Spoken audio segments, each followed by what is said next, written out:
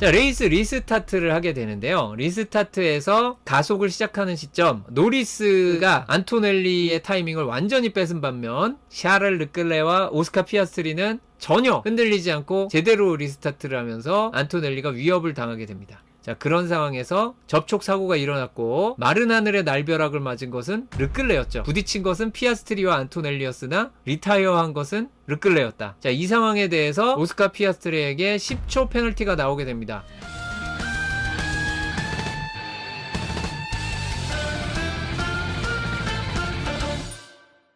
F1 상파울로 그랑프리 2025 리뷰를 가보도록 하겠습니다. 메모장 준비하셨죠? 네. 뭔가 불만이 있다. 누군가 비판을 해야겠다. 아니면 냉정한 얘기를 해야겠다. 아니면 냉소적인 평가를 해야겠다. 할 수 있죠. 그건 다 옳습니다. 다만 채팅창에만 하지 마시라는 겁니다. 자, 상파울로 그랑프리 리뷰를 제가 5조각으로 쪼갰습니다. 네, 그 중에는 이제 특정 장면에 대한 뭐 집중적인 얘기를 좀 할 생각도 있고요. 우선 빌드업, 윌리엄스 예쁜 리버리를 준비해왔는데 이번에는 예쁜 리버리가 이제 아름다운 결과로 이어지진 않았습니다. 안타깝게도. 프랙티스 1, 단 한 번의 프랙티스가 펼쳐졌습니다. 이 단 한 번의 프랙티스에서 어떤 이슈가 있었느냐. 우선 첫 번째 문제, 츠노다의 경우 사고를 냈어요. 이게 좀 타격이 있었습니다. 없었다고 할 수 없어요. 프랙티스 한 번밖에 없는데 초반에 상당 시간을 소모를 했고, 그러니까 하드 타이어로 좀 달렸었어야 되는데 소프트 타이어를 쓰는 이제 후반 될 때까지 한동안 안 나왔죠. 그리고 소프트 타이어를 비교적 일찍 달렸기 때문에 좋은 기록은 안 나왔고, 그 다음 이제 페라리 같은 경우에는 하드 타이어를 사용하지 않았었고요. 그 다음 베르스타펜 같은 경우에는 하드를 쓰다가 이제 소프트로 잠깐 트랙을 밟았는데 좀 그다지 좋지 않았어요. 그래서 여러 가지 안 좋은 얘기가 나오고, 페라리는 이악물고 타이어를 아낀 거였죠. 그래서 미디엄 타이어는 이제 퀄리파잉에서도 몇몇 팀이 쓸 정도로 의미가 있는 타이어지만, 하드 타이어는 아무래도 랩타임이 떨어지기 때문에 기록으로는 직접 비교하기는 어려웠고요. 바람이 생각보다 강했다는 것 영향이 있었습니다. 프랙티스 1 때는 우리 맥클라렌이 압도적인 모습을 보여줬지만, 이게 실제로 그럴 거다라고 보기는 좀 어려웠죠. 일단 미디엄 타이어에서는 맥라렌이 빨랐던 게 맞는데, 소프트 타이어로 갔을 때는 경쟁력 있는 팀들이 생각보다 많았고, 다른 중위권 팀들의 랩타임도 좋았어요. 자, 그 다음 이제 SQ1입니다. SQ1에서 의외의 탈락자가 나오기 시작합니다. 우선 안타깝게도 이제 SQ1에서 모톨레토 여기 저 숫자는 잘못됐습니다. DNF로 나와 있는데 잠시만요. 이거 잘못됐다. 예, 제가 여기 안 바꿔 넣었습니다. 저 보톨레토 저거 아닙니다. SQ1 넘어가. 자, 스프린트 퀄리파잉 넘어가. 자, 이미지 오늘 뭐가 틀리나 했는데 SQ1, SQ2, SQ3 이미지를 안 바꿨네. 자, 레드선, 우리는 아무것도 안 본 거예요. 스프린트 퀄리파잉, 스프린트 폴 맞잖아요. 여기부터. 네, 그렇습니다. 스프린트 폴, 노리스였고요. 프론트로 스타트의 안토넬리. 와우. 네, 이것이 중요한 거죠. 자, 이게 중요한 겁니다. 네, 스프린트의 노리스가 폴딴 건데 의외로 안토넬리가 도전을 했었다. 특히 이 마지막에 안토넬리가 중싸움에서 약간 흔들리는 모습만 없었다면 스프린트 4를 땄을 수도 있고요. 스프린트 4를 만약에 땄다면 스프린트에서 큰 변수가 될 수 있었습니다. 그렇고요. 자, 스프린트 퀄리파잉 순위 이렇습니다. 자, 순위 여기 나오니까 뭐 별로 부담스러울 거 없죠. 재밌는 것은 일단 피아스트리가 스프린트 퀄리파잉 순위는 3위인데 스프린트 퀄리파잉 기록 순위로 따지면 5등이에요. 그게 뭔 소리냐? 5등인데 왜 3등이에요? 라고 생각하실 수 있죠. 그게 뭐냐면 SQ2 때 더 빨랐던 드라이버가 있는 거죠. 더 좋은 기록이 나온 경우가 있는 거고요. SQ3에 오스카 피아스트리가 오히려 잘 달린 이거라고 보시면 되겠습니다. 그래서 전체 2위 기록이 알론소였습니다. 1분 9초 330의 기록을 냈고, 얼티미트 랩타임, 저거는 이제 섹터별 최고 기록을 그냥 더한 거예요. 그걸로도 2등이에요. 그러니까 알론소가 굉장히 빨랐던 겁니다. 미디엄 타이어에서. 그래서 알론소의 폼은 진짜가 맞았다. 그리고 오스카 피아스트리는 실제로 별로 빠르지 않았다. 물론 기록 차이가 크진 않지만 그래도 어쨌든 결과는 결과니까 그런 부분들이 있었고요. 자, 이제 의외의 탈락자들을 예로 들어보자면은 츠노다라든가 리암 로슨 같은 경우에는 굉장히 아쉬워했죠. 사인스와 로슨이 랩을 제대로 준비를 못한 거예요. 준비를 못하는 데는 여러 가지 이유가 있는데 이제 타이어 언더를 그냥 못 만드는 것도 못 만드는 거지만 로스는 다른 두 드라이버랑 배틀을 하면서 달렸어요. 그 중에 한 명이 제 기억이 맞으면 가슬리였을 거고요. 이게 퀄리파잉 시작하기 전 아웃랩에서 타이어 준비하면서 앞차 간격 만들면서 이걸 해야 되는데 배틀을 하면서 달렸어요. 그러니까 준비가 될 리가 없죠. 그러니까 기록이 안 좋게 나온 겁니다. 그러면 떨어지는 거죠. 왜냐하면 요즘은 기록 차이가 워낙 적기 때문에. 예전이라면 뭐 앞에서 잘 달렸으면 된다 뭐 이렇게 얘기하고 넘어갈 텐데 지금은 또 트랙 에볼루션까지 어느 정도 강하게 작용하는 세션에서는 앞에 잘 달리는 게 의미가 없고 진짜 중요한 한 번을 잘해야 돼요. 그런데 기록 차이가 너무 적다 보니까 약간의 불리한 요소만 있어도 그냥 떨어지는 거죠. 요즘 참 어렵습니다. 자, 그리고 Q2에서는 해밀턴이 떨어진 것이 또 이슈였죠. 그리고 근소한 차이기는 하지만 어쨌든 떨어진 거고요. 그래서 좀 아쉬움이 남았고, 그리고 페라리가 전체적으로 좋지 않았습니다. 그래서 사실 퀄리파잉 때 나중에 르클레가 상당히 놀라게 되는 것도 이유가 있죠. 그만큼 스프린트 퀄리파잉 때 폼이 좋지 않았습니다. 반면에 에스턴 마틴의 폼은 정말 좋았어요. 에스턴 마틴은 스프린트까지 좋았죠. 스프린트까지만. 네, 안타깝습니다만. 그리고 베르스타펜도 썩 좋지 않았습니다. 계속 이제 노그립. 이거는 퀄리파잉까지도 계속 이어지게 되는 부분인데요. 반면에 우리 맥라렌과 메르세데스 두 팀이 치열한 경쟁을 펼쳤다라고 보면 되겠습니다. 팀별 지표를 잠깐 보자면 이때도 그렇고 퀄리파잉도 그렇고 이번에 맥라렌의 특징이 약간 로우드래그 쪽에 투자가 돼 있어요. 그러다 보니까 섹터 3에서도 빠른 모습, 섹터 1도 빠른 모습을 보여줄 수 있었죠. 섹터 2는 뭐 우리 차는 원래 괜찮다라는 마인드로 잘 공략을 해줬고요. 그리고 페라리도 해밀턴이 스피드 트랩에서는 빠른 모습을 보여줬지만 좀 안 좋았던 것이 이제 sek터 3. 섹터 3가 안 좋은 이유는 쉽게 생각할 수 있죠. 중싸움을 빠져나올 때 깔끔하게 빠져나오지 못했다. 그러면 안 좋은 겁니다. 가속력이 있고 뭐고 일단 출발을 못하기 때문에 출발이 더뎌지면 의미가 없어요. 그래서 이런 부분들이 작용할 수 있는 상황이었고요. 다음 스피드 트랩에서 가장 빨랐던 차는 베르스타펜이었습니다. 그래서 섹터 1이 빠른데 섹터 2가 13위요 라고 놀라시는 분이 계실 수 있을 거예요. 이 저속 코너가 밀집한 섹터 2가 너무 안 좋았어요. 그래서 이때 이제 라이드 이슈도 좀 있었죠. 그 바닥이 자꾸 닿는다 하는 이슈도 있었고 섹터 2가 거의 망했다 수준이었습니다. 그래서 스프린트 퀄리파잉 6위도 잘한 거야 라는 얘기가 나온 거고요. 다음은 이제 안토넬리와 러셀인데 이쪽 팀도 이제 메르세데스 역시 약간은 드래그 걱정을 안 하는 그런 셋업을 가져와서 특히 안토넬리가 마지막 섹터 3가 좀 안 좋았는데 보통 저 Q3 두 번의 주행을 빼고는 섹터 3가 나쁘지 않았어요. 그런데 마지막 주행에 페이스를 제일 끌어올렸어야 될 때 그렇게 빠르지 못했기 때문에 아쉽게도 스프린트 폴에는 닿지 못했습니다. 근데 전반적으로 좋았죠. 메르세데스의 전투력이 모든 섹터에 전반적으로 좋았고 알론소도 모든 섹터가 전반적으로 좋았습니다. 이 에스턴 마틴은 상대적으로 하이 다운포스 쪽의 셋업을 가져왔는데 이게 섹터 3에 꼭 나쁜 게 아니죠. 중싸움을 안전하게 빠르게 가속하면서 빠져나올 수 있다면 그 이득이에요. 그거 자체로 이득이어서 섹터 2에도 강한 모습을 보이면서 중싸움 잘 빠져나와서 이렇게 하고 섹터 1은 브레이킹 잘하면 섹터 1 기록 좋아지죠. 세나이스 잘 빠져나오고 쿠르바두스를 잘 돌릴 수 있으면 되기 때문에 하이 다운포스 셋업이 꼭 불리한 게 아닙니다. 어쨌든 섹터 2에 매우 강했던 에스턴 마틴이고 다음으로는 이제 알핀 같은 경우에도 약간은 로우 드래그 쪽인데 여기는 섹터 2가 더 망했죠. 처참합니다. 섹터 2가 처참하고 로우 드래그 셋업으로 중싸움을 잘 빠져나오지 못했어요. 중싸움 잘 빠져나온 게 힘들죠. 그러니까 어려웠었고요. 의외로 고전을 면치 못했던 것이 하스가 상당히 안 좋은 기록을 남겼는데 여기는 완전한 하이 다운포스로 섹터 2에 매우 강한 모습을 보여줬었는데 스프린트 퀄리파잉에서는 미디엄 타이어로 그 섹터 2를 생각만큼 잘 빨리 달리지 못했어요. 그러니까 섹터 3의 4등 기록이 나온 게 드래그를 적게 받고 가속 구간에서 벌 수 있는 셋업인 게 아니라 중싸움을 잘 빠져나오면 저렇게 갈 수 있습니다.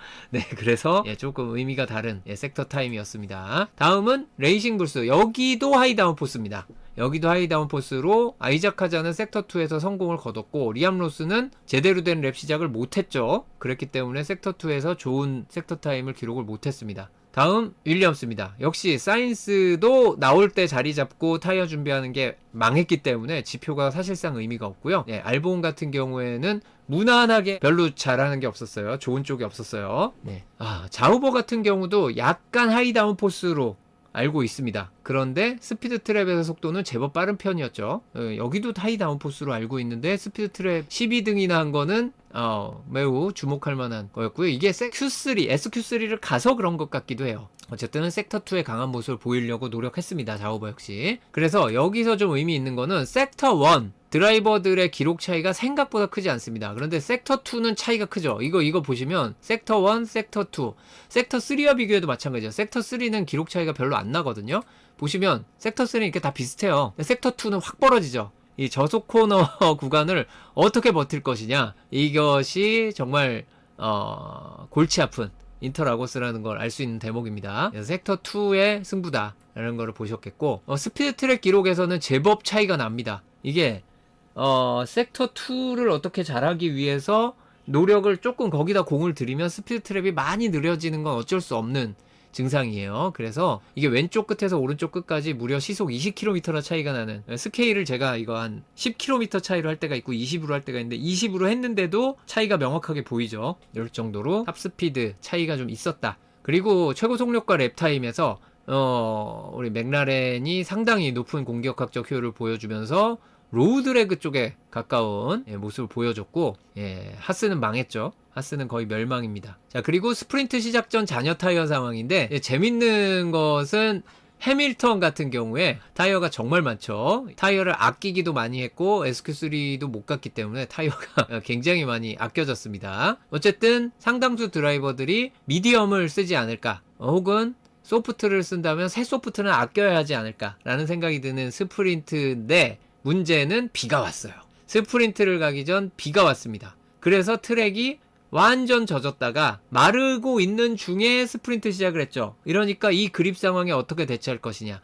아마도 이따가도 나오겠지만 트랙 온도가 그리 높지 않고 타이어에 큰 부담은 안 줄 것이기 때문에 소프트로 갈 수 있지 않을까 하면서 정말 많은 드라이버, 특히 더티 사이드 안쪽일수록 브레이크 잡기도 어렵고 그립도 덜 나오고, 그러니까 1번 코너부터 승부를 할 때 같은 타이어라 그러면 안쪽에 있는 차가 브레이크도 먼저 밟아야 돼, 먼저 양보해야 돼, 막 이런 조건들이 쭉 들어가다 보니까 안 좋을 수 있죠. 그러니까 소프트로 출발하는 게 충분히 이해가 됩니다. 안쪽에서 치고 나가려면 그립에 조금 더 자신 있어야 되겠죠. 그리고 올해부터 뭐 여러 가지 재포장하고 다듬고 하는 부분도 있었지만 그리드에 홈을 열심히 파놔서 빗물 배수가 잘 되는데, 그게 예전에는 10그리드까지만 홈이 있었다가 올해 맨 뒤까지 홈이 다 추가가 되는 바람에 전체적으로 그리드에서 빗물 때문에 어려움을 겪는 차는 없을 것이다 라고 얘기하는 거였습니다. 그래서 그리고 이때의 상황은 아직 그 피스트레이트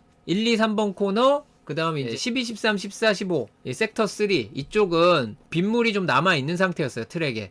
그런데 인터미디어트는 못 쓰죠. 인터미디어트는 제가 말씀드렸습니다. 이거 못 씁니다. 일단 랩 타임도 뭐 못해도 10초 이상씩 늦게 나올 거고, 무조건 2랩 정도 뒤에 피스탑을 해야 되는 상황이 있습니다. 3랩 달리기 힘들었을 거예요. 그래서 인터미디어트 스타트는 조건에서 사라져 버렸어요. 그래서 소프트와 미디엄을 어떻게 잘 쓰느냐에, 하드는 이제 어림도 없죠. 타이어 온도 안 올라올 거기 때문에. 그래서 이런 이슈들이 있었고, 츠노다와 사인스 피트 스타트 했고요. 셋업을 조금 건드렸죠. 자, 그리고 스타트를 했는데, 스타트에서도 여러 가지 변수가 있었지만 6랩째에 이런 사고가 났습니다. 이 오스카 피아스트리가 먼저 사고가 나고, 그 다음 콜라핀토, 후켄버그, 이 세 명이 이제 스핀에서 벽에 부딪히는 일이 있었고, 사실 흔들린 드라이버는 더 많았어요. 이 베르스타펜도 스핀할 뻔했었는데 잡아냈고요. 이것과 관련해서는 제가 뭐 화면을 많이 준비하지는 않았는데, 이 피아스트리와 콜라핀토가 아웃되고, 후켄버그는 프론트윙, 이제 리어윙까지 교체해야 되는 상황이 돼서 맨 뒤로 갔죠. 이런 상황이 됐는데, 저 사건에 대해서는 간단하게만 좀 설명을 드리면, 자, 이게 뭐냐면은 비 올 때는 연석을 밟지 않습니다. 비가 오고, 가능하면요. 가능하면 비가 와도 밟아야 되는 데가 있고요. 그 다음에 이제 비가 오고 슬릭 타이어로 바꿨을 때도 연석을 안 밟는 게 좋아요. 근데 영원히 안 밟을 거 아니잖아요. 점점 트랙이 말라가고 속도가 올라오면 조금씩 야금야금 더 밟아가는 겁니다. 그게 이제 사고가 난 쿠르바두 솔 태양의 커브도 마찬가지죠. 네, 거기도 처음에는 아무도 그 연석 쪽을 안 밟고 갔어요. 다들 당연히 그렇게 하죠. 그런데 조금 달리다 보면 또 앞에 차 눈치도 보면서 합니다. 앞에 차들이 밟고 가나 보고 예, 그래서 앞에 차가 밟았는데 흔들린다 그럼 뒷차는 안 밟을 거 아니에요. 네, 다들 머리가 있기 때문에 바보같이 하지는 않습니다. 그래서 야금야금 점점 더 밟아야 되는데, 노리스 같은 경우에도 이 문제의 사고가 나기 전 랩에는 연석을 거의 안 밟고 지나갔어요. 그런데 그 다음에 문제의 랩에 그 연석을 밟은 거죠. 그 밟고 가다 보니까 그 연석이 그 네거티브 바깥쪽으로 이렇게 가다가 바깥쪽에 약간 더 높은 구간이 있다 보니까 이렇게 삼각형으로 물이 고일 수 있는 구간이 그 연석 하나하나마다 다 있는 거예요. 여기를 밟고 지나가면서 물이 튀겼죠. 그러니까 그 물은 원래 고여있고 그것 때문에 원래 그립이 안 좋아요. 근데 그 물이 안 묻은 부분도 미끄럽죠. 그 물이 고여있지 않은 부분도 미끄러운데 좀 더 밟고 지나가면 좀 더 미끄러워지는 것 뿐이에요. 그냥 거기서만 미끄러지냐? 아니죠. 멀쩡한 트랙에서도 미끄러지는 차들 많았어요. 그냥 물이 많았습니다. 그래서 이걸 얼만큼 더 밟느냐의 이슈가 있는데, 거기에 플러스 알파로 이거는 이제 온보드를 돌려본 결과, 노리스 같은 경우에는 그 약간 연석을 밟는 게 약간 긴장되는 순간이잖아요. 그래서 그 쿠르바두 솔의 연석에 올라갈 때 스로틀을 한 5% 정도 떼어요. 살짝 조절을 하는 겁니다. 혹시라도 이게 그립이 날아가는 순간이 되면 바로 체크를 해야 되니까. 이게 되게 미묘한 상황인데 살짝 뗍니다. 이걸 여러 드라이버들이 다 살짝 떼요. 근데 이걸 안 띄고 그냥 꽉 밟고 들어간 드라이버가 누가 있었냐면 피아스트리요. 피아스트리는 그만큼 그립에 자신이 있는 거고 오버스티어 대처에 자신이 있었던 거죠. 그런데 스핀이 생기기 시작했을 때 컨트롤이 안 됐죠. 완전한 아쿠아플레이닝이 돼버렸습니다. 그게 베르스타펜 같은 경우에도 한번 꽉 밟고 들어가거든요. 근데 베르스타펜은 그 오버스티어 난 걸 잡았어요. 그게 차이가 있어요. 앞에 있는 차와 뒤에 있는 차 분명히 똑같진 않습니다. 똑같진 않은데 어쨌든 베르스타펜은 잘했다. 베르스타펜은 잘했고 피아스트리는 아쉽게 됐다.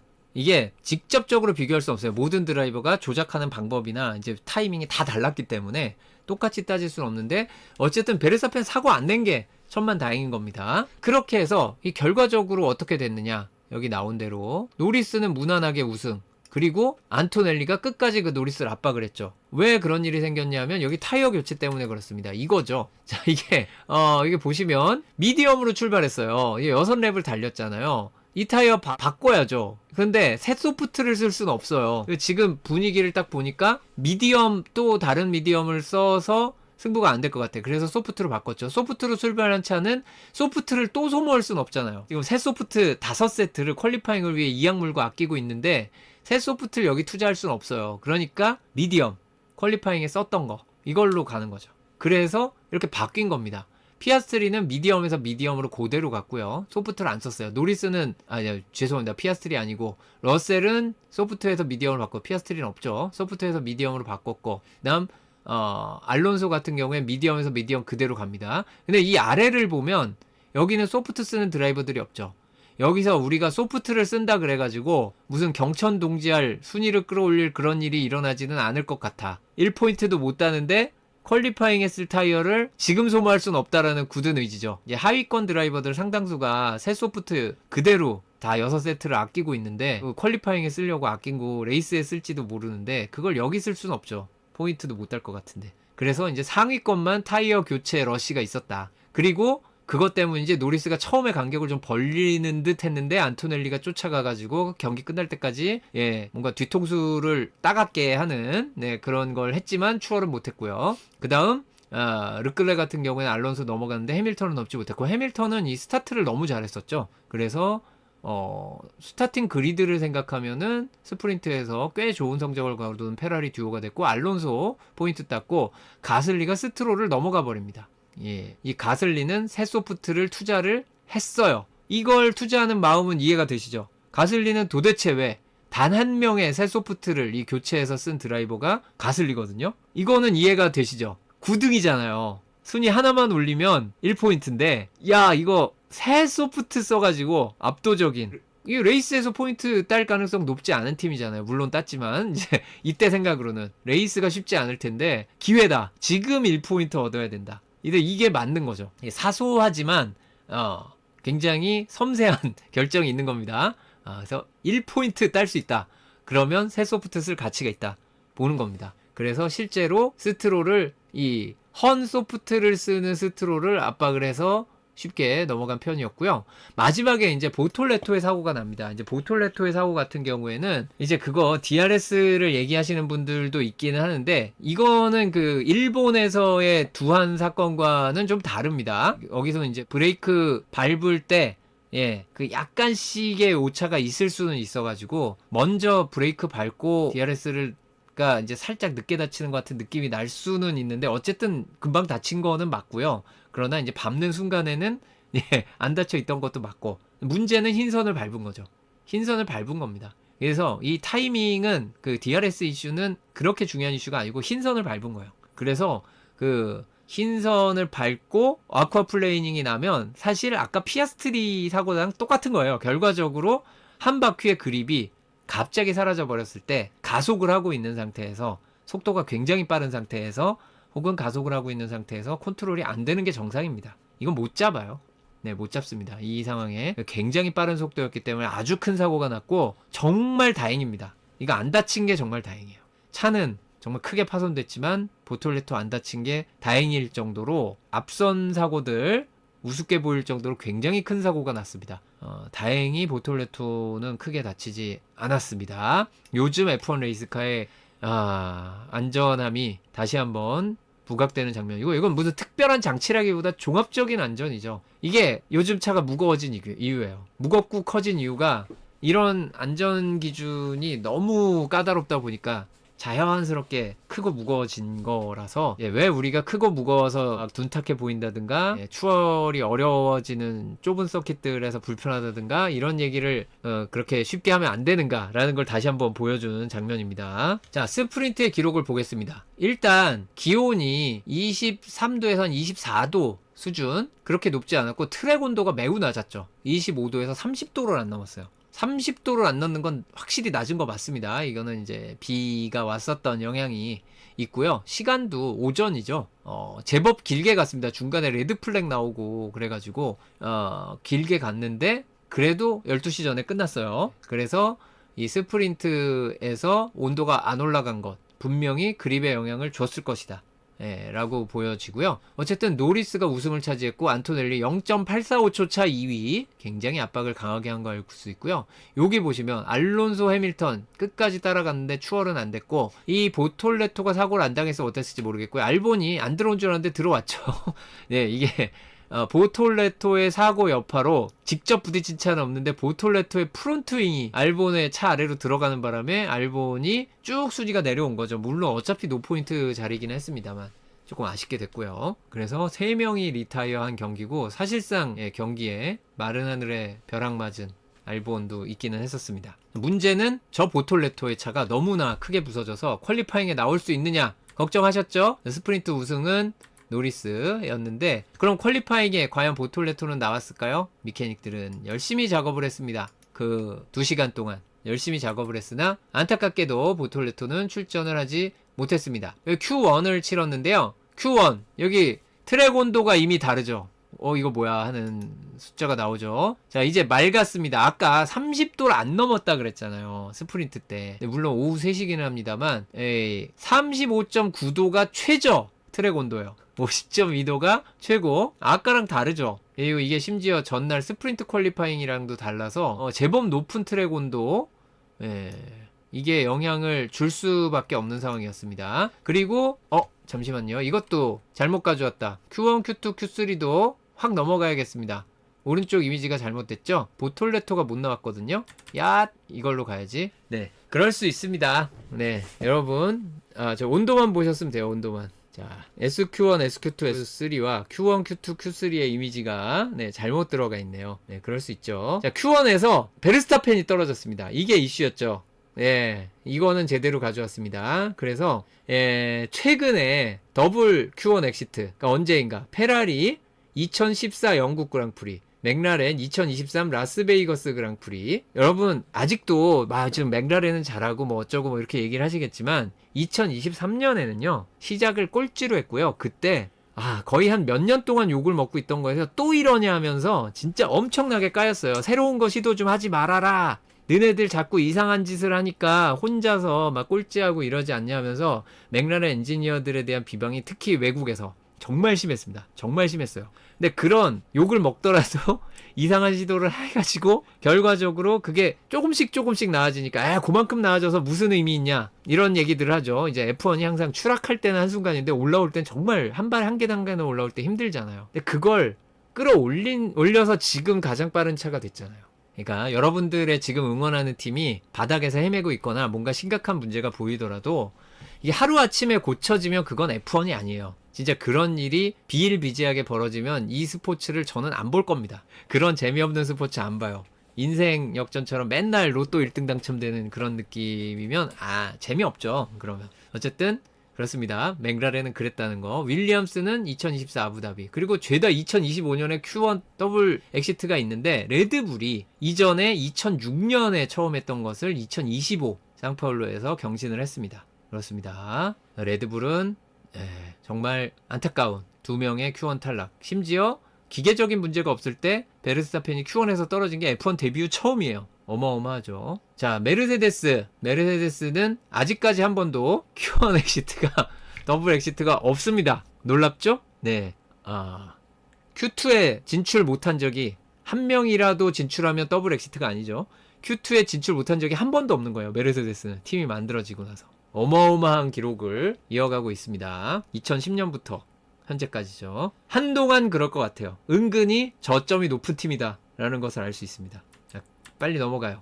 자, 이상한 이미지들을 넘기고 퀄리파잉 폴 포지션은 노리스였습니다. 다시 한번 노리스죠. 자, 우리 이상한 이전 그랑프리 지표는 다 버리고 노리스 폴 포지션. 그리고 더욱 놀라운 거, 노리스와 또 가장 근접했던 것이 다시 한번 안토넬리였고, 스프린트 퀄리파잉 2위, 스프린트 2위, 퀄리파잉 2위, 상파울로 위크엔드에 현재까지 하면서 이제 퀄리파잉까지 2위를 한 겁니다.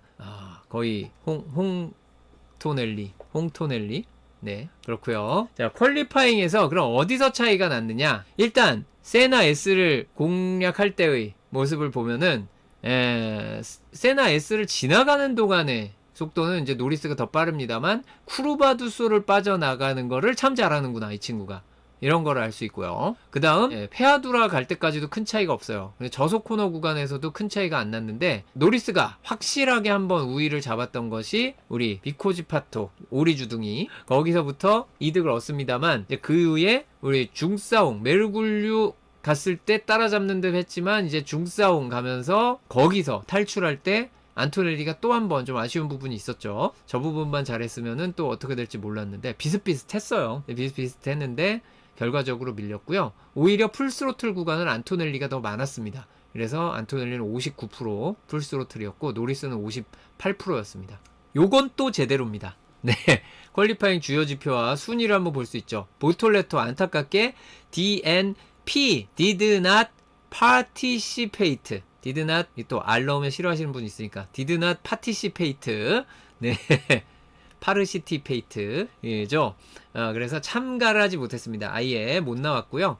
DNS라고 할 수도 있지만 어쨌든 Q1에서 베르스타펜, 오콘, 콜라핀토, 츠노다가 떨어졌었는데 그럼에도 불구하고 그렇게 Q1 탈락에서 기록 차이가 많이 컸던 츠노다와 노리스의 최종 Q3 최고 기록과 1.2초 차이밖에 안 나요. 어마어마하죠. 아니 이것이 1.27, 그러니까 츠노다와 레드불이 처참하게 엉망인 상황이 아니라는 겁니다. 요즘 F1이 이게 이렇지 않아요. 모터스포츠를 보시면은 원메이크 경기에 20명쯤 나오는 경기를 여러분이 보시잖아요. 원메이크면 완전 같은 차예요. 물론 같은 차가 아니지만 같은 차인 경우에도 웬만한 모터스포츠에서 3, 4초 차이 쉽게 납니다. 같은 차라도. 근데 이거는 차가 철학도 다르고 특징도 다 다르고 이제 들어가는 부품 숫자도 다 다른데 이게 어떻게 이게 이렇게 되지 싶을 정도로 치열한 겁니다. 그래서 많이 못한 게 아니었고 심지어 베르스타펜 0.9초 차이가 안 나요. 노리스의 Q3 최고 기록과 비교해서. 그런데 Q1 탈락입니다. 요즘 이게 그래서 타이트할 때가 더 무서운 거죠. 참 어렵습니다. 자, 우리 맥라렌은 어떻게 됐을까요? 우리 맥클라렌의 스피드 트랩 1위, 섹터 1 1위, 섹터 2 1위, 섹터 3 1위, 올 퍼플 노리스 도미네이트 지배를 하고 있습니다. 노리스가 완전히 지배를 하는 경기였고, 반면에 피아스트리는 섹터 1과 3의 아쉬움이 좀 있었습니다. 예, 노리스는 이번엔 확실히 모든 부분에서 가장 좋은 모습을 보여줬다. 이제 재밌는 것은 페라리인데요. 페라리 같은 경우에 섹터 2가 조금 아쉬운 르클레였는데, 그래도 섹터 1에서 아주 빠른 기록을 내면서 3위를 차지했는데 왜 내가 여기 있는지 모르겠다. 프랙티스 1의 가슬리 스프린트 퀄리파잉 때도 얘기한 것처럼 우리 차 왜 좋지? 하는 그것처럼 르클레도 왜 빠르지? 라는 생각을 할 수 있습니다. 여러분들 느껴지시는 거 없으세요? 저 섹터 1의 최고 기록과 섹터 2의 최고 기록과 섹터 3의 최고 기록, 그리고 스피드 트랙까지 보면 르클레와 해밀턴의 기록 차이가 거의 없습니다. 섹터 1의 두 드라이버 차이 0.1초 차이 안 나죠. 뭐 0.1초 정도는 차이 날 수 있죠. 섹터 2 0.034초입니다. 이거 거의 같은 거죠. 그리고 섹터 3 여기는 0.037초요. 거의 같습니다. 해밀턴이 굉장히 못했던 게 아니에요. 많은 분들이 이게 지금 너무 치열한 곳에서 그 미묘한 차이가 크게 작용을 하는 거지, 지금 굉장히 못하고 있는 게 아닙니다. 그 3위를 차지한 르클레와 13위를 차지한 해밀턴이 별 차이 없어요. 이게 어렵습니다. 이게 F1 역사상 이런 시즌이 그렇게 없는데, 왜냐면 지난 이탈리아 그랑프리 때도 그렇고 올해 몇 경기가 이런 경기가 나오거든요. 이게 굉장히 힘듭니다. 이런 상황. 자, 그럼 레드불은 어땠을까요? 자, 레드불도 더 다면 놀라운 건데, 이제 뭐 섹터 1, 3는 그렇게 나쁘지 않은데 섹터 2가 많이 안 좋았습니다. 섹터 2의 저속 코너에 아주 처참한 섹터 타임을 보여준 베르스타펜까지 그런 이슈가 있었고요.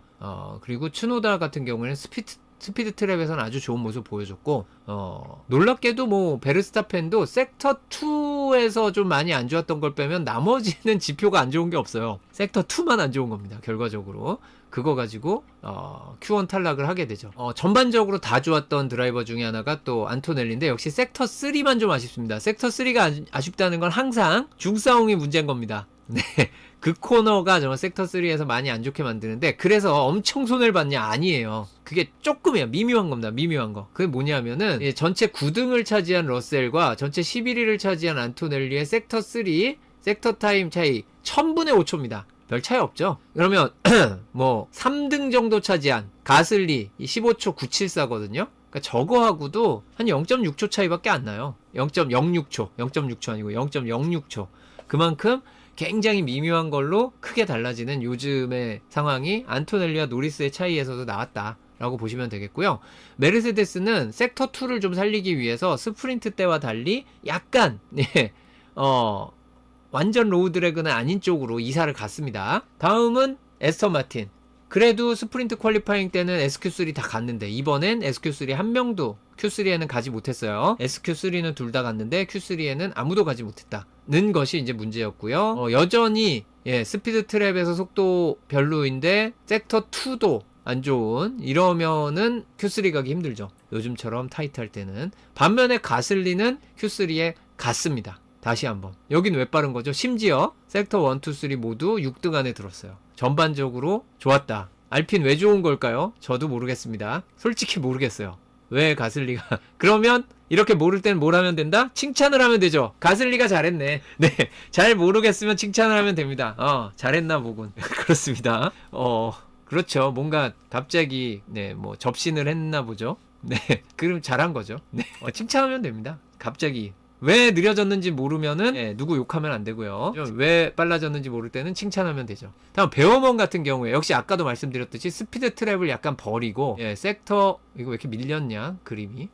어쨌든 섹터 스피드 트랩을 버리고 섹터 2를 살리자. 그게 오콘에게는 통하지 않았고 베어먼에게는 통했습니다. 그래서 베어먼이 8위로 Q3 진출했는데, 더 중요한 거는 Q1, Q2까지는 베어먼이 최상위권이었죠. 3위권 안에 둘 다 들었어요. 그래서 혹시 사건 일으키나 했는데 Q3에서 조금 미끄러졌습니다. 레이싱불스는 어땠는가? 레이싱불스는 속도를 약간 살렸습니다. 너무 섹터 2에 집중하지 말자 하는 쪽으로 갔는데, 리암 로스는 그래도 속도가 그렇게 빠르게 나오진 않았고요. 아이작 하자는 많이 벌어들였습니다. 여기까지는 좋았죠. 다음은 윌리엄스인데, 윌리엄스 같은 경우에도 약간 더 속도를 내는 쪽으로 갔는데 섹터 2가 계속해서 안 좋았습니다. 그래서 Q2에는 진출했으나 Q3에는 아무도 진출하지 못했습니다. 보톨레토는 못 나왔고요. 자, 자우버에서는 후켄버그가 그 중싸움을 잘 빠져나와서 섹터 3에서 전체 2위 섹터 타임 기록하면서 탑 10에 들었죠. 그랬고 섹터 2도 나쁘지 않은, 그러니까 전반적으로 속도가 높지 않은 차인데 그걸 가지고 잘 버텨줬습니다. 자, 그래서 퀄리파잉 여기서도 보시면 섹터 1 별 차이 없죠. 섹터 2 느린 차들이 좀 보입니다. 섹터 3 역시 별 차이 없죠. 섹터 2가 중요하다는 거 다시 한번 확인했고요. 섹터 3는 차이가 나도 사실 큰 차이가 아니다. 그리고 최고 속도에서 다시 한번 빠른 차들과 느린 차들이 나눠지는데 맥라렌이 굉장히 빠릅니다. 그리고 여기 보시면 셋업이 이게 무슨 그 갈매기 날아가는 것 같죠? 저쪽에 노리스가 머리고요. 가운데 쪽에 몸통, 다들 셋업에 큰 차이가 없었다라고 봐야 됩니다. 그런데 조금 튀었던 차가 우리는 하이다운 포스로 갈 거야. 굳은 의지 딱 한 팀 있죠. 하스만 저랬던 겁니다. 이래서 이제 레이스의 이득을 보겠다라고 하는 거였고, 좀 로우 드래그 쪽으로 투자를 했다가 망한 쪽이 베르스타펜일 수도 있고요. 그래서 스프린트와 비교하면, 스프린트 퀄리파잉과 퀄리파잉을 비교하면은 이렇게 변화가 있습니다. 굉장히 큰 변화. 이제 왼쪽 오른쪽에 많이 바뀐 건 순위가 바뀐 거고요. 아래 위로 바뀐 것이 심하면은 뭔가 셋업에 손을 댔다라고 볼 수 있는데, 하스 같은 경우는 크게 건드린 게 없다라고도 할 수 있죠. 그러니까 미묘한 조정을 했을 거예요. 철학은 안 바꾸지만 셋업 자체는 건드렸겠죠. 그리고 좀 뭔가 변화가 많았던 팀 중에는 윌리엄스와 레이싱 불스가 있었다라고 볼 수 있겠습니다. 그리고 페라리는 윙을 바꿨다는 얘기가 있었죠. 퀄리파잉 배틀, 알론소 이왕 이렇게 된 거 24 가자. 24 가야 되지 않겠습니까? 여태까지는 스트롤 좀 잘해봐라 이런 얘기를 했는데 오히려 24대 0이 멋있을 것 같아요. 그렇고요. 물론 베르스타펜도 22대 0까지 갈 수 있습니다. 저게 왜 18이지? 19입니다. 19. 베르스타펜 옆에 숫자도 19입니다. 18 아니고. 자, 그리고요. 기록으로 비교했을 때 빨간색은 위험신호라고 했죠. 네, 그리고 노란색도 별로 좋지 않은 건데, 알론소에 비해서 스트롤이 좀 많이 안 좋습니다. 그거보다 좀 더 안 좋은 쪽이 츠노다예요. 그리고 놀랍게도 이게 바뀐 게 있어요. 노리스와 피아스트리의 그래프가 왼쪽에서 오른쪽으로 넘어갔습니다. 이번에 처음으로 이게 노리스 쪽으로, 전에는 조금이나마 피아스트리가 기록이 더 좋았는데 이번에 노리스 쪽으로 바뀌었습니다. 그러니까 의외로 비슷한 팀들이 많죠. 0.2초 안쪽이면 거의 비슷하다라고 할 수 있는데 생각보다 사인스가 또 알본보다 많이 빠릅니다. 자, 그리고 레이스 시작 전 잔여 타이어 상황이 드라이버마다 차이가 좀 나는데, 사실 저는 하드 많이 안 쓸 줄 알았어요. 근데 이번에 의외로 하드를 많이 써가지고 깜짝 놀랐는데, 미디엄 소프트는 당연히 많이 쓰는 거였고요. 그래서 이렇게 다양한 타이어 전략이 예고되고 있습니다. 소프트 아니면 미디엄 스타트일 것이다, 소프트 스타트가 많을 것이다 라는, 그러니까 전략 수가 많은 거지 이게 뭐 드라이버 숫자가 이럴 것이다는 아니긴 한데, 전략 종류가 많으면 아무래도 스타트가 많겠죠. 그런데 의외로 소프트 스타트가 그렇게 엄청나게 많지는 않았고 하드 스타트도 있었다는 게 좀 재밌습니다. 그립 스타트에서의 그립 차이가 생각보다 안 크죠. 그리고 처음에 시속 150km에 달할 때까지의 그립 차이입니다. 그렇기 때문에 이게 좀 다른 영향일 수 있고요. 피스탑에서 잃어버리는 시간이 21초, 하지만 세이프티카 상황이라면 12초 정도로 한 9초, 10초 정도를 벌 수 있습니다. 세이프티카나 버추얼 세이프티카에 타이어 교체하면. 그 비오락률은 40%, 그리고 경기 전에 빗방울이 좀 떨어졌는데 결과적으로 레이스에서는 비가 안 왔습니다. 올 수도 있었죠. 그리고 중요한 이슈가 하나 터집니다. 핀레인 스타트랍니다. 베르스타펜이 파워 유닛을 싹 바꿨습니다. 오콘도 엔진 하나 바꿨고요. 그리고 스트롤은 옛날 걸로 바꿨기 때문에 핀레인 스타트 안 하고 그냥 그리드 자기 자리에서 출발하고요. 베르스타펜은 셋업도 변경을 했죠. 셋업 변경과 파워 유닛 교체를 한 번에. 당연한 얘기지만 오콘도 셋업을 약간 조절을 했고요. 레이스에 맞춰서 갔습니다. 그러니까 이 토요일까지의 상황만 보면, 퀄리파잉 끝나고의 상황만 보면 재앙 그 자체죠. 지금 챔피언십 경쟁을 해야 되는 마당에 지금 1포인트가 소중한데 무슨 3그리드 5그리드도 아니고 피트 스타트라니요. 이거는 너무나 안 좋은 거고, 이 퀄리파잉의 폼이 좋았는데 파워 유닛 교체하고 10그리드 페널티 받고 뒤에서 출발해가지고 올라오고, 이건 많았죠, 베르스타펜이. 근데 퍼포먼스가 안 좋았는데 그걸 파워 유닛 교체했다고 올라올 거라는 생각을 하기는 상당히 어렵죠. 그리고 셋업을 한번 건드려 봤는데 그게 문제를 대부분 해결하지 못하고 오히려 안 좋아졌잖아요, 성적이. 스프린트에서 퀄리파잉 갈 때 바꿨던 게 망한 거예요. 그래서 원래 SQ3 가서 어느 정도는 경쟁을 했던 차가 Q1도 못 지나가는 차가 된 거죠. 그러니까 한 번은 망한 거예요. 하지만 두 번째는 됐죠. 그래서 베르스타펜과 오콘, 네, 지금 파워 유닛 교체를 하고 셋업을 바꾸고, 파워 유닛 교체는 테크니컬 델리 기색에 정식 문서로 미리 신청을 하고 나서 교체를 해야만, 네, 그리드 페널티를 받게 되고요.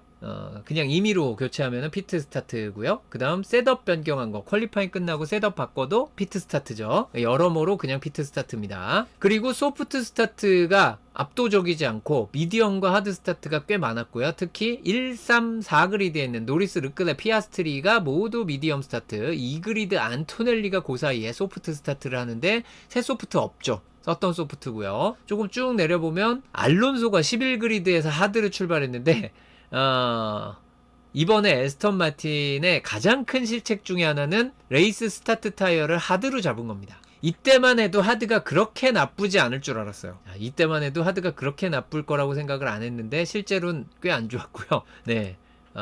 그리고 스타트에서 자리도 조금 잃게 만들죠. 자, 이제 중요하다면 중요한, 제가 이번에 늘 새로운 걸 준비해야 되지 않겠습니까? 여러분들을 위해서. 그런 걸 준비를 하느라 시간을 많이 쓰다 보니 아까처럼 이미지 실수가 나오기는 하는데, 레이스 랩 차트 이렇게 있고요.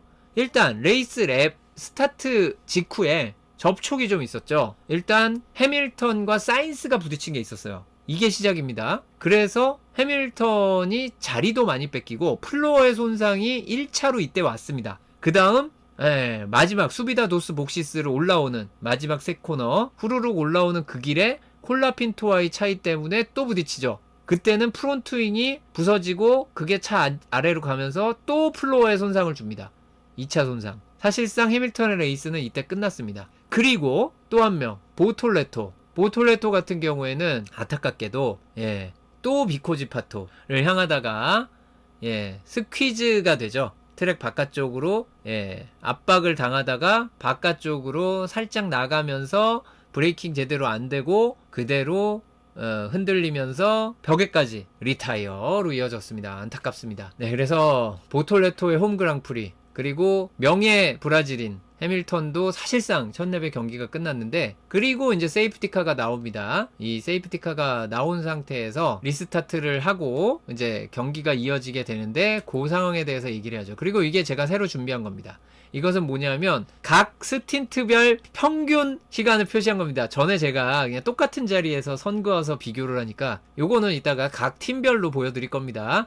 어쨌든 이 레이스를 보는 다른 방법 제가 만들어낸 거예요. 이거 제가 어디서도 이런 그래프 그리는 거 본 적이 없는데 제가 한번 만들어 봤습니다. 네, 각 스틴트별 평균 시간. 네, 이따가 한번 보시면 무슨 의미인지 아실 거예요. 자, 그리고 리스타트 케이오스, 이게 오늘의 이번 세션의 핵심이고 오늘 가장 뜨거운 이야기가 되어야 하지 않을까 싶습니다. 자, 레이스 리스타트를 하게 되는데요. 리스타트에서 가속을 시작하는 시점, 노리스가 안토넬리의 타이밍을 완전히 뺏은 반면 샤를 르클레와 오스카 피아스트리는 전혀 흔들리지 않고 제대로 리스타트를 하면서 안토넬리가 위협을 당하게 됩니다. 자, 그런 상황에서 접촉 사고가 일어났고 마른 하늘의 날벼락을 맞은 것은 르클레였죠.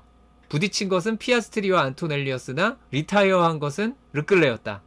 굉장히 안타까운 상황인데요. 자, 이 상황에 대해서 오스카 피아스트리에게 10초 페널티가 나오게 됩니다. 이 페널티가 나온 것 자체는 긴 설명이 필요 없어요. 이 페널티 나온 거는 그렇습니다. 하지만 여기에 추가로 할 이야기들이 필요하죠. 이 페널티 자체는 너무 명시돼 있는 대로 피아스트리가 잘못한 게 됐기 때문에. 그러나 추가로 할 얘기들이 있다는 거죠. 자, 다시 한번 보도록 하겠습니다. 이것이 피스트레이트를 질주할 때의 장면입니다. 여러분들이 보시기에 어떻게 보이실지 모르겠지만 노리스는 자기 갈 길을 잘 가고 있고요. 무리하지 않고 첫 코너 브레이킹을 해서 들어갑니다. 무리하지 않고 갔기 때문에 첫 코너를 지날 때 보면 네 드라이버의 위치가 거의 비슷해요. 네 드라이버의 위치가 거의 비슷합니다. 자, 그런데 예, 마치 그 뒤에 르클레, 안토넬리, 피아스트리 3명은 거의 나란히 달리는 것처럼 보이죠. 자, 그리고 그 다음 장면인데 여기서 보실 때도 비슷해 보일 수도 있겠습니다만 아까보다 피아스트리가 조금 더 느린 것 같다. 이상하다. 맥라렌이 탑스피드가 빠른 차라 그랬는데. 그렇죠. 네, 메르세데스보다 빨라요. 탑스피드가 빠른 차입니다. 물론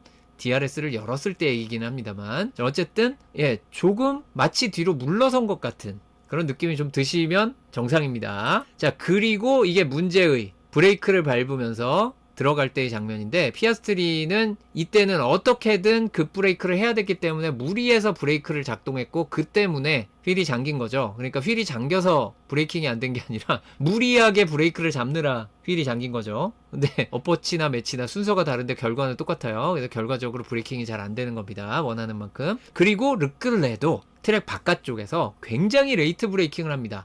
이게 다시 한번 잘 생각해 보시면 여기 거리 차이를 보세요. 한 3대? 보수적으로 봐서 3대 차이 정도의 차이가 있거든요. 노리스와 르클레의 차이를 보면. 그런데 여기서 보세요. 한 대 차이가 없죠. 물론 브레이킹을 했기 때문에 그렇기는 한데 어쨌든 3대의 간격이 잘 보면은 그 뒤에 있는 차들 레이싱 불스와 지금 경쟁하는 3명과의 차이 하고 이제 노리스 이 세 그룹으로 나눠서 보시면 보세요. 자, 레이싱 불스와 앞에 그 세 그룹은 거의 간격이 비슷하죠. 그런데 노리스 쪽에 다 근접을 해 있어요. 여기서 우리가 짐작할 수 있는 것은 무엇이다? 3명 모두 하드 브레이킹을 했다. 네. 이 중간에 낀 2위 싸움을 하는 3명이 예, 모두 하드 브레이킹을 하는 상황입니다. 살짝 다들 무리를 하는 거죠. 그 중에 휠이 안 잠긴 건 안토넬리밖에 없어요.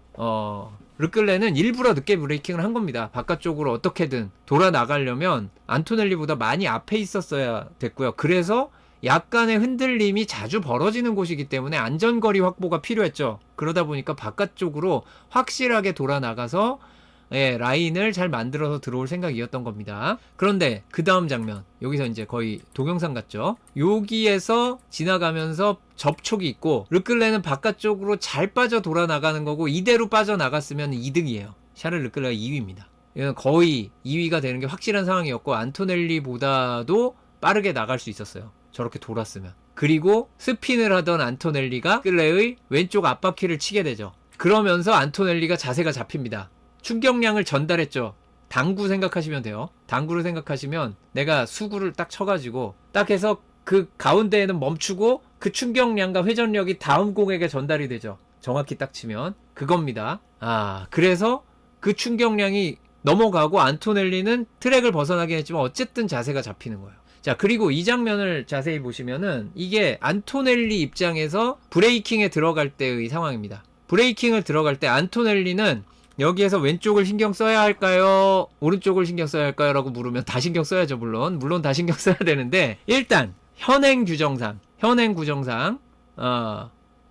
내 사이드 미러보다 최소한 살짝 앞에 왼쪽에 차가 있는 상황, 이거는 광각이기 때문에 원래 그 드라이버가 보이는 위치면 여기서도 보여요. 거기에 왼쪽에 차가 있지 않으면 안쪽에 대해서는 안토넬리에게 전적인 권한이 있습니다. 권한이 있어요. 근데 바깥쪽에는 바깥쪽으로 추월하는 차는 최소한 살짝이라도 앞서 있었어야 된다는데 앞서 있죠. 르클레는 앞서 있습니다. 그래서 바깥쪽의 권리는 르클레가 가지고 있어요. 그러면 안토넬리는 르클레와 부딪히지 않기 위해서 사력을 다해야 됩니다. 어쨌든 바깥쪽 차의 권리를 안토넬리가 봐줘야 돼요. 현행 규정을 숙지했다면 그렇게 생각해야 됩니다. 그리고 코너로 들어갈 때의 상황을 보면 자, 이제 바깥쪽에 르클레는 이 안토넬리가 혹시라도 레이트 브레이킹을 할까 노심초사하면서 레이트 브레이킹하고 멀리 바깥쪽으로 나가 있어요. 그래서 지금 화면 밖으로 나간 겁니다. 그리고 안토넬리는 노리스의 라인을 정확히 따라갑니다. 노리스보다 더 안쪽으로 들어가진 않아요. 그냥 들어갑니다. 문제는 여기 왼쪽에 피아스트리가 들어와 있었던 거죠. 그래서 접촉이 일어난 겁니다. 그러면 안토넬리는 아무런 연관이 없는 거냐? 당연히 연관이 있죠. 자, 이거는 이제 현행 규정상 그렇다는 거지. 현행 드라이빙 가이드라인상이 그런 거지. 가이드라인대로만 해도 상대방이 잘못할 가능성이 상당히 높은 상황이라면 그 사고를 피하는 방어운전이란 걸 해야 되잖아요. 그런 거 있죠. 여러분들이 고속도로를 달리는데 옆에 애가 과속을 해서 달려와가지고 내 차선으로 두 차선을 한꺼번에 변경하면서 넘어와서 내 앞으로 부딪힐 것 같아. 그런데 나는 규정을 정확히 준수하고 잘 가고 있으므로 저 차가 들어와서 부딪히면 내 책임은 아니니까 그냥 가실 건가요? 자, 보통 안 그러잖아요. 네. 클락션을 울리는 한이 있더라도 일단 피하고 봐야지 되잖아요. 그런데 지금 상황이 말하자면 그런 상황인 겁니다. 왼쪽으로 굉장히 무리해서 들어올 가능성이 있는 드라이버가 있어요. 그럴 때는 이걸 신경을 썼어야 되는데 안토넬리가 인터뷰에서 뭐라고 했냐면 정확한 워딩으로 미리 브레이크를 밟았을 줄 알았다. 네, 피아스트리가. 그런데 그 판단이 틀린 말이 아니에요. 실제로 피아스트리는 미리 브레이크를 밟았어요. 이게 어떻게 보면 이 사건에 굉장히 아이러니한 결과를 가져온 겁니다. 피아스트리가 진짜 무리해서 브레이크를 늦게 밟았으면 이 사고는 없었어요. 다른 사고가 있었을 수 있죠. 3명이 한꺼번에 얽히는 르클레까지 다른 사고가 났을 수는 있는데 피아스트리는 브레이크를 일찍 밟고 조심해서 들어가다가 이 사단이 났습니다. 이게 미스테리라면 미스테리죠. 그게 무슨 얘기냐면 자 이제 피아스트리의 입장으로 가보겠습니다.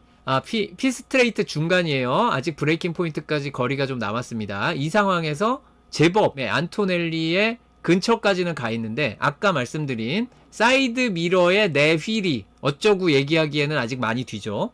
그리고 보시면 공간이 많아요. 공간이 많습니다. 공간이 많아요. 여기까지. 그 다음 장면 보겠습니다. 아직도 공간이 많아요. 지금 안토넬리도 왼쪽에 지금 2대 공간을 주고 있고 제법 따라갔어요. 자 그러면 이제 브레이킹 존에서 레이트 브레이킹하고 안쪽으로 레이트 브레이킹 해가지고 들어가는 친구들 많잖아요. 많이 있습니다. 많이 있어요. 네. 특히 이런 좀 애매한 상황이라면 그런 게 있고 그런 성격의 드라이빙을 많이 하는 거. 그리고 베르스타펜도 있고 피아스트리도 많이 하죠. 사실 그래서 할 것 같다는 생각이 들긴 했어요. 문제는 이 장면입니다. 아직 안토넬리는 브레이크를 건드리지 않았을 때 피아스트리가 먼저 브레이크를 건드려요. 근데 정확히 말씀드리면 안토넬리는 훨씬 더 강하게 꾹 브레이크를 밟았다면 피아스트리는 간을 보면서 살짝 들어가요. 브레이크를 살짝 애매하게. 여기서 아예 브레이크를 풀 브레이킹을 늦게 했으면 좀 더 늦게 밟아도 되는데 물론 그러면은 잠길 수 있다 뭐 이런 생각을 했겠죠. 잠길 수 있을 거라고 생각을 했을 가능성 첫 번째고요. 그 다음에 상대방이 공간을 안 줄 수도 있다는 생각도 했을 것 같아요. 근데 여기쯤까지 아직 공간이 있으니까 아직도 지금 광활하잖아요. 피아스트리에게 주어진 공간이. 여기에서 아예 브레이크를 꽉 밟았으면 아무 일 없었습니다. 기왕 건드렸으니까. 그런데 이것은 공간을 주는 것이다 라고 판단을 했는지 약간 주저주저하면서 속도를 어느 정도 유지를 하면서 가거든요. 그리고 조금 가보니까 들어오네. 사실 여기서라도 풀브레이킹에 들어갔었어야 됩니다. 여기서라도. 근데 피아스트리는 그래도 아직 공간이 많잖아요. 물론 인터라고스를 아시는 분들은 아시겠지만 이게 사실 많은 게 아니에요. 인터라고스의 특성상 이 안쪽 라인에서 브레이킹이 매우 힘들고 저기서 왼쪽이 꺼지기 때문에 이게 생각보다는 넓은 게 아니에요. 그런데 피아스트리는 여기서도 애매한 브레이킹에서 이제 더 강하게 브레이킹을 밟거나 아니면 아예 쑥 들어가 버리거나 하지 않습니다. 여기에서 쑥 들어가 버리면 권리가 생기잖아요. 그러면 안토넬리가 더 안 들어오겠죠. 그런데 안 들어갔고 안토넬리의 미러 앞으로 앞바퀴가 못 나갔어요. 이 상황이죠. 자 여기서 앞불사 피아스트리가 브레이크를 꽉 밟습니다. 이제 이건 부딪히면 안 돼. 그러나 이제 거기서 꽉 밟는 바람에 잠기죠. 이게 뭐냐면은 피아스트리가 지난 미국 스프린트에서 어떻게 보면 너무 용감하게 자기 스타일대로 경기하다 사고가 났잖아요. 그래서 조금은 안전하게 다른 탈출구를 생각하면서 가려고 했었던 것 같아요. 그래서 약간 좀 간을 보면서 브레이킹을 처음에 아주 꽉 레이트 브레이킹을 한 게 아니고 애매하게 브레이크를 밟고 속도를 줄이다 보니까 안토넬리는 앞에 가고 자긴 권리가 없고 그러니까 안토넬리는 뭐야 내 거네 하고선 이제 들어오죠. 근데 피아스트리는 브레이킹이 이제 안 되는 위치까지도 갔죠. 그래서 평소답지 않게 여기서 쑥 못 들어갔기 때문에 여러분들 이게 오래전도 아니고 올해 챔피언십 경쟁할 때 당장 이놈의 가이드라인이 이슈가 됐던 그 경기 사우디아라비아 그랑프리에서 안쪽으로 레이트 브레이킹 해가는 피아스트리가 베르스타펜한테 어떻게 했는지 기억하시잖아요. 자신감 뿜뿜하면서 그냥 레이트 브레이킹 쭉 들어가서 이 코너 다 내 거 하고선 그래서 베르스타펜 막 불만의 팀 라디오 막 나오잖아요. 근데 가이드라인상 권리가 있었잖아요. 근데 그런 식으로 안 한 거예요. 이번에 이게 최근에 너무 포인트도 안 나오고 이러니까 조금 조심스럽게 방어 운전을 하려고 한 게 오히려 더 위험한 상황이 된 거죠. 이게 참 그렇습니다. 그래서 피아스트리도 뭐 여러 가지 뭐 불만스러운 얘기를 하지만 지금 드라이빙 가이드라인에 의하면 자기에게 권리가 없다는 건 알고 있죠. 네, 그때도 알았는데 당연히 알고 있습니다. 그래서 오히려 요즘 계속 뭐가 안 풀려서 포디움도 못 오르고 한 피아스트리가 애매한 움직임을 했던, 그러니까 뒤늦게 풀브레이킹에 들어가 봤자 이제 잠기는 거밖에는 그리 안 좋고, 안쪽이 더 일찍 밟아야 되는 건 맞아요. 근데 추월 시도를 하거나 상대방에게 권리 얘기를 하려면 늦게 브레이크를 밟았어야 되는데 이미 밟았었고, 이제는 피할 수 없는 상황. 벌써 잠기고 있죠. 왼쪽 아래 연기 뿜뿜 하고 있죠. 왼쪽 앞바퀴 잠깁니다. 왼쪽이 꺼지고 있고요. 이제 피할 수 없는 상황이 됐습니다. 안타깝네요. 그래가지고 결과적으로 부딪히게 됩니다. 완전히 안토넬리 안쪽으로 들어갔는데, 이걸 왜 안토넬리도 미리 방어 운전을 했었어야 된다라고 말씀을 드리냐면, 르클레가 없었으면 피아스트리는 피아스트리와 안토넬리만 부딪혔다라고 치면 안토넬리가 스핀을 하면서 저기 런오프에 덩그라니 떨어졌을 거예요. 포디움이고 뭐고 포인트나 땄을까? 그럴 걱정이 될 정도로 심각한 문제가 있을 수 있고, 이 부딪히는 상황에 따라 가지고 플로어 손상이 있으면 아주 처참한 결과가 오죠. 해밀턴이 겪은 것 같은 상황을 안토넬리도 겪었을 수 있어요. 그러다 보니까 덩그러니 또 런오프에 갔는데 마샬들이 밀어주면 진짜 큰일 나죠. 어쨌든 그 안토넬리가 운이 좋았다면 좋은 거죠. 그 르클레가 있었기 때문에. 그러다 보니까, 그래서 르클레가 그 얘기를 한 겁니다. 현재 가이드라인 상으로는 피아스트리가 페널티 받는 게 맞지만 사고를 피할 수 있었던 거 키미 안토넬리도 피할 수 있었다. 이게 당연한 얘기입니다. 이게 그래서 이제 레이스는 여러 명이 하기 때문에 이런 복합적인 요소들이 작용을 했고, 다들 무슨 뭐 완전 무모하고 상대방을 전혀 배려를 안 하고 이런 상황이 아니었던 것들이 종합적으로 작용을 했다라고 보는 게 맞고, 르클레만 운이 없게 됐습니다. 안타깝게도. 이런 것이 레이싱이죠. 올 시즌 액땜 다 하고 다음 시즌에 잘하면 됩니다. 알론소가 얼마 전에 그 미국에서 얘기했던 것처럼, 기왕 이런 안 좋은 것들은 몰아서 하자. 그냥 올해는 버린 것 같은데 그게 나을 수도 있어요. 만약에 챔피언십 경쟁을 지금 베르스타펜 자리에 르클레가 있는데 이걸 당했어 봐요. 생각만 해도 끔찍하지 않으십니까? 이런 일이 지금 베르스펜 정도로 막 따라가고 있는, 거기가 르클레였어. 그런데 이렇게 불운으로 2등으로 올라가려다가 리타이어를 했어요. 그 상황을 생각하면 차라리 올해 걸린 게 나아요. 이런 불운은. 그렇게 됩니다. 그래서 우리 긍정적으로 생각해야 되지 않나. 챔피언십 경쟁할 때도 아니니까 그나마 낫습니다. 어쨌든 원형적 사고를 좀 해야지 될 것 같고요. 그리고 그 다음에 또 하나, 이게 그냥 넘어갈 수 없는 것들 있죠. 이제 부딪혔어요. 자, 이렇게 해가지고 페널티가 나오게 되는데, 피아스트리는 그래도 이 10초 페널티를 잘 대응을 어느 정도 했기 때문에 5등을 하게 되는데, 이 경기에서 사고가 또 있었죠. 이 리스타트에 여기는 제가 자료 화면을 안 가져왔지만 어이없게도 또 비코지파토였죠. 레이트 브레이킹에서 추월 시도를 하던 츠노다가 콜라핀토를 넘어가려다가 스트롤의 뒤를 쳐서 스트롤이 그대로 스핀. 그리고 츠노다의 인터뷰가 굉장히 인상적이었습니다. 사실 그때 스트롤과 접촉을 했는지도 몰랐다. 경기 끝나고 인터뷰에서 그랬어요. 정말 가슴이 아픈 부분입니다.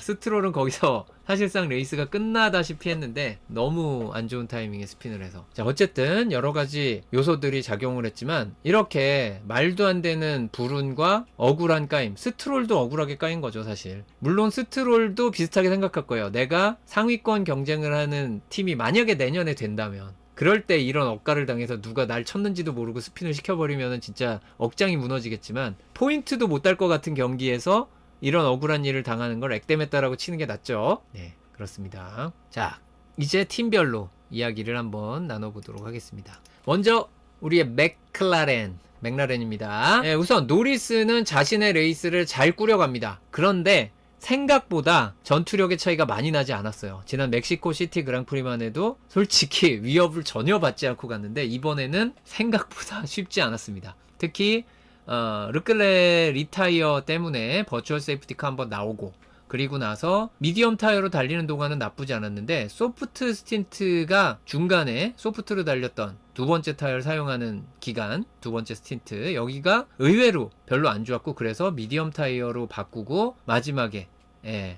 혹시 베르스타펜이 원스탑으로 가면 거기 대응하는 뭔가를 해보려고 했는데 그렇게 안 갔고요. 여기가 플랜을 하도 많이 세우다 보니, 들으셨죠? BCD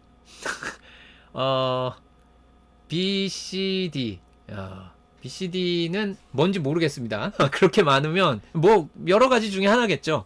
뭐 투스탑, 쓰리스탑 뭐 여러 가지 있을 텐데, 그 중에 타이어를 어떻게 쓰느냐. 그런데 드라이버들에게 물어도 쉽게 결정하기 힘들었고, 그래서 피아스트리가 결과적으로 뭔가 노리스와는 다르게 간다 라는 것까지는 이해를 했어요. 그런데 정작 사용한 타이어는 똑같습니다. 자, 보시면 미디엄, 소프트, 미디엄 똑같죠. 비슷한 시기만 다르고 그냥 똑같아요. 아니 이상하다. 그 얘기하는 거 보면 노리스는 B, D로 가는 거고 피아스트리는 C 가는 거 아니었나? 근데 왜 똑같지? 그게 그 피스탑하는 타이밍 3랩 더 가자 한 것 때문에 피아스트리가 늦게 한 건 알겠어요. 그 다음에 결과적으로 비슷한 전략으로 가버렸습니다. 그래서 뭔가 예상한 대로 안 된 게 아닌가 추측을 해봅니다. 그리고 하드 타이어는 아니다 해가지고 안 썼지만 그렇다고 소프트 타이어가 아주 좋은 타이어였던 것도 아니다 라는 게 보이는 부분이었고요. 랩타임을 보면 제가 노리스의 두 번째 스틴트가 별로였다라고 말씀드린 게 여기 나오는 겁니다. 점선이 노리스고, 자, 오른쪽으로 가면서 랩이 진행되고 아래 위가 랩타임이죠.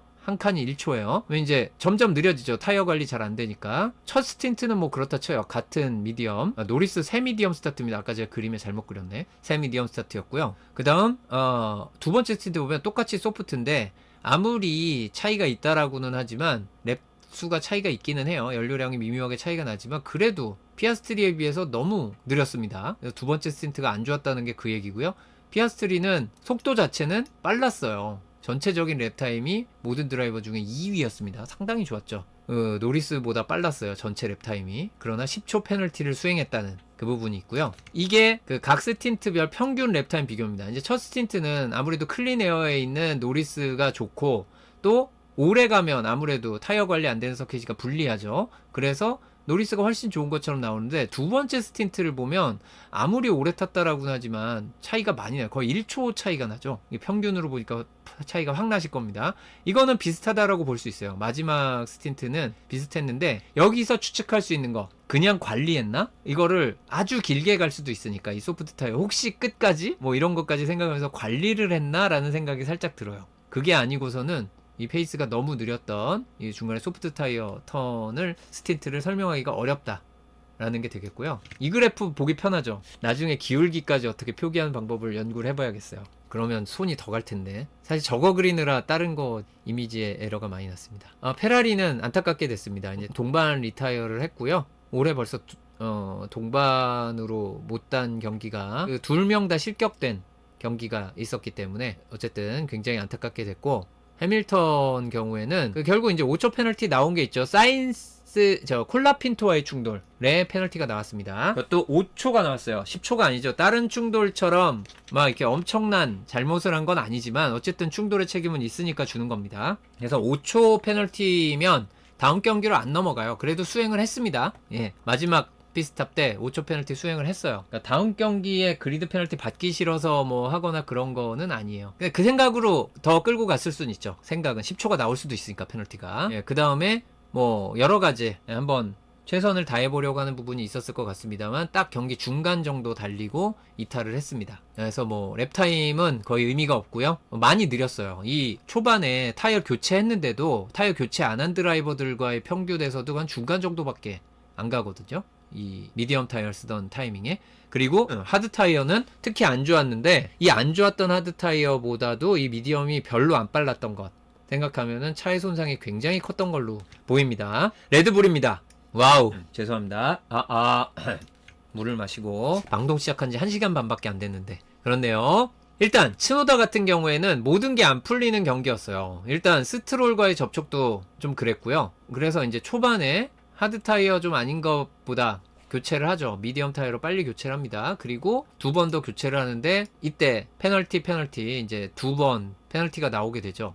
여기도 타이어 교체하고 페널티가 그 다음에 나와서 이 페널티 때 10초 페널티 수행을 했는데 작업이 끝나기 전에 건드렸죠. 그래서 10초 추가 페널티. 부딪힌 것도 그렇고 페널티도 그렇고 츠노다는 되는 일이 없었다 라고 보시면 되겠고요. 다음으로 베르스타펜은 일단 스타트에서 자리를 좀 끌어올렸어요. 앞에 리타이어한 차도 있지만 어쨌든 그래서 13위까지 순위를 끌어올렸는데 버추얼 세이프티카 중에 타이어가 펑처가 났다는 소식을 듣게 되죠. 이거는 완벽한 불운입니다. 하지만 전적으로 모든 걸 손해받느냐 하면 그건 아니에요.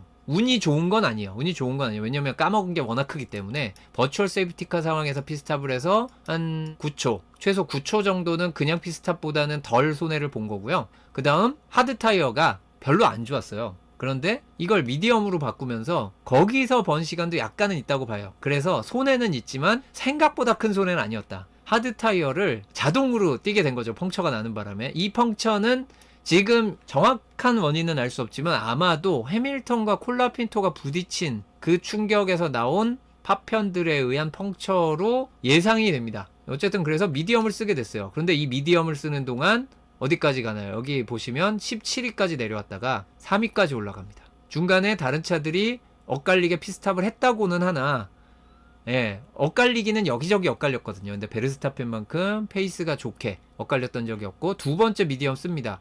자, 이렇게 새 미디엄 타이어 열심히 쓰고요. 그리고 여기서 새 소프트, 이 Q3에 못 갔기 때문에, Q2도 못 갔기 때문에 소프트가 남아 돌죠.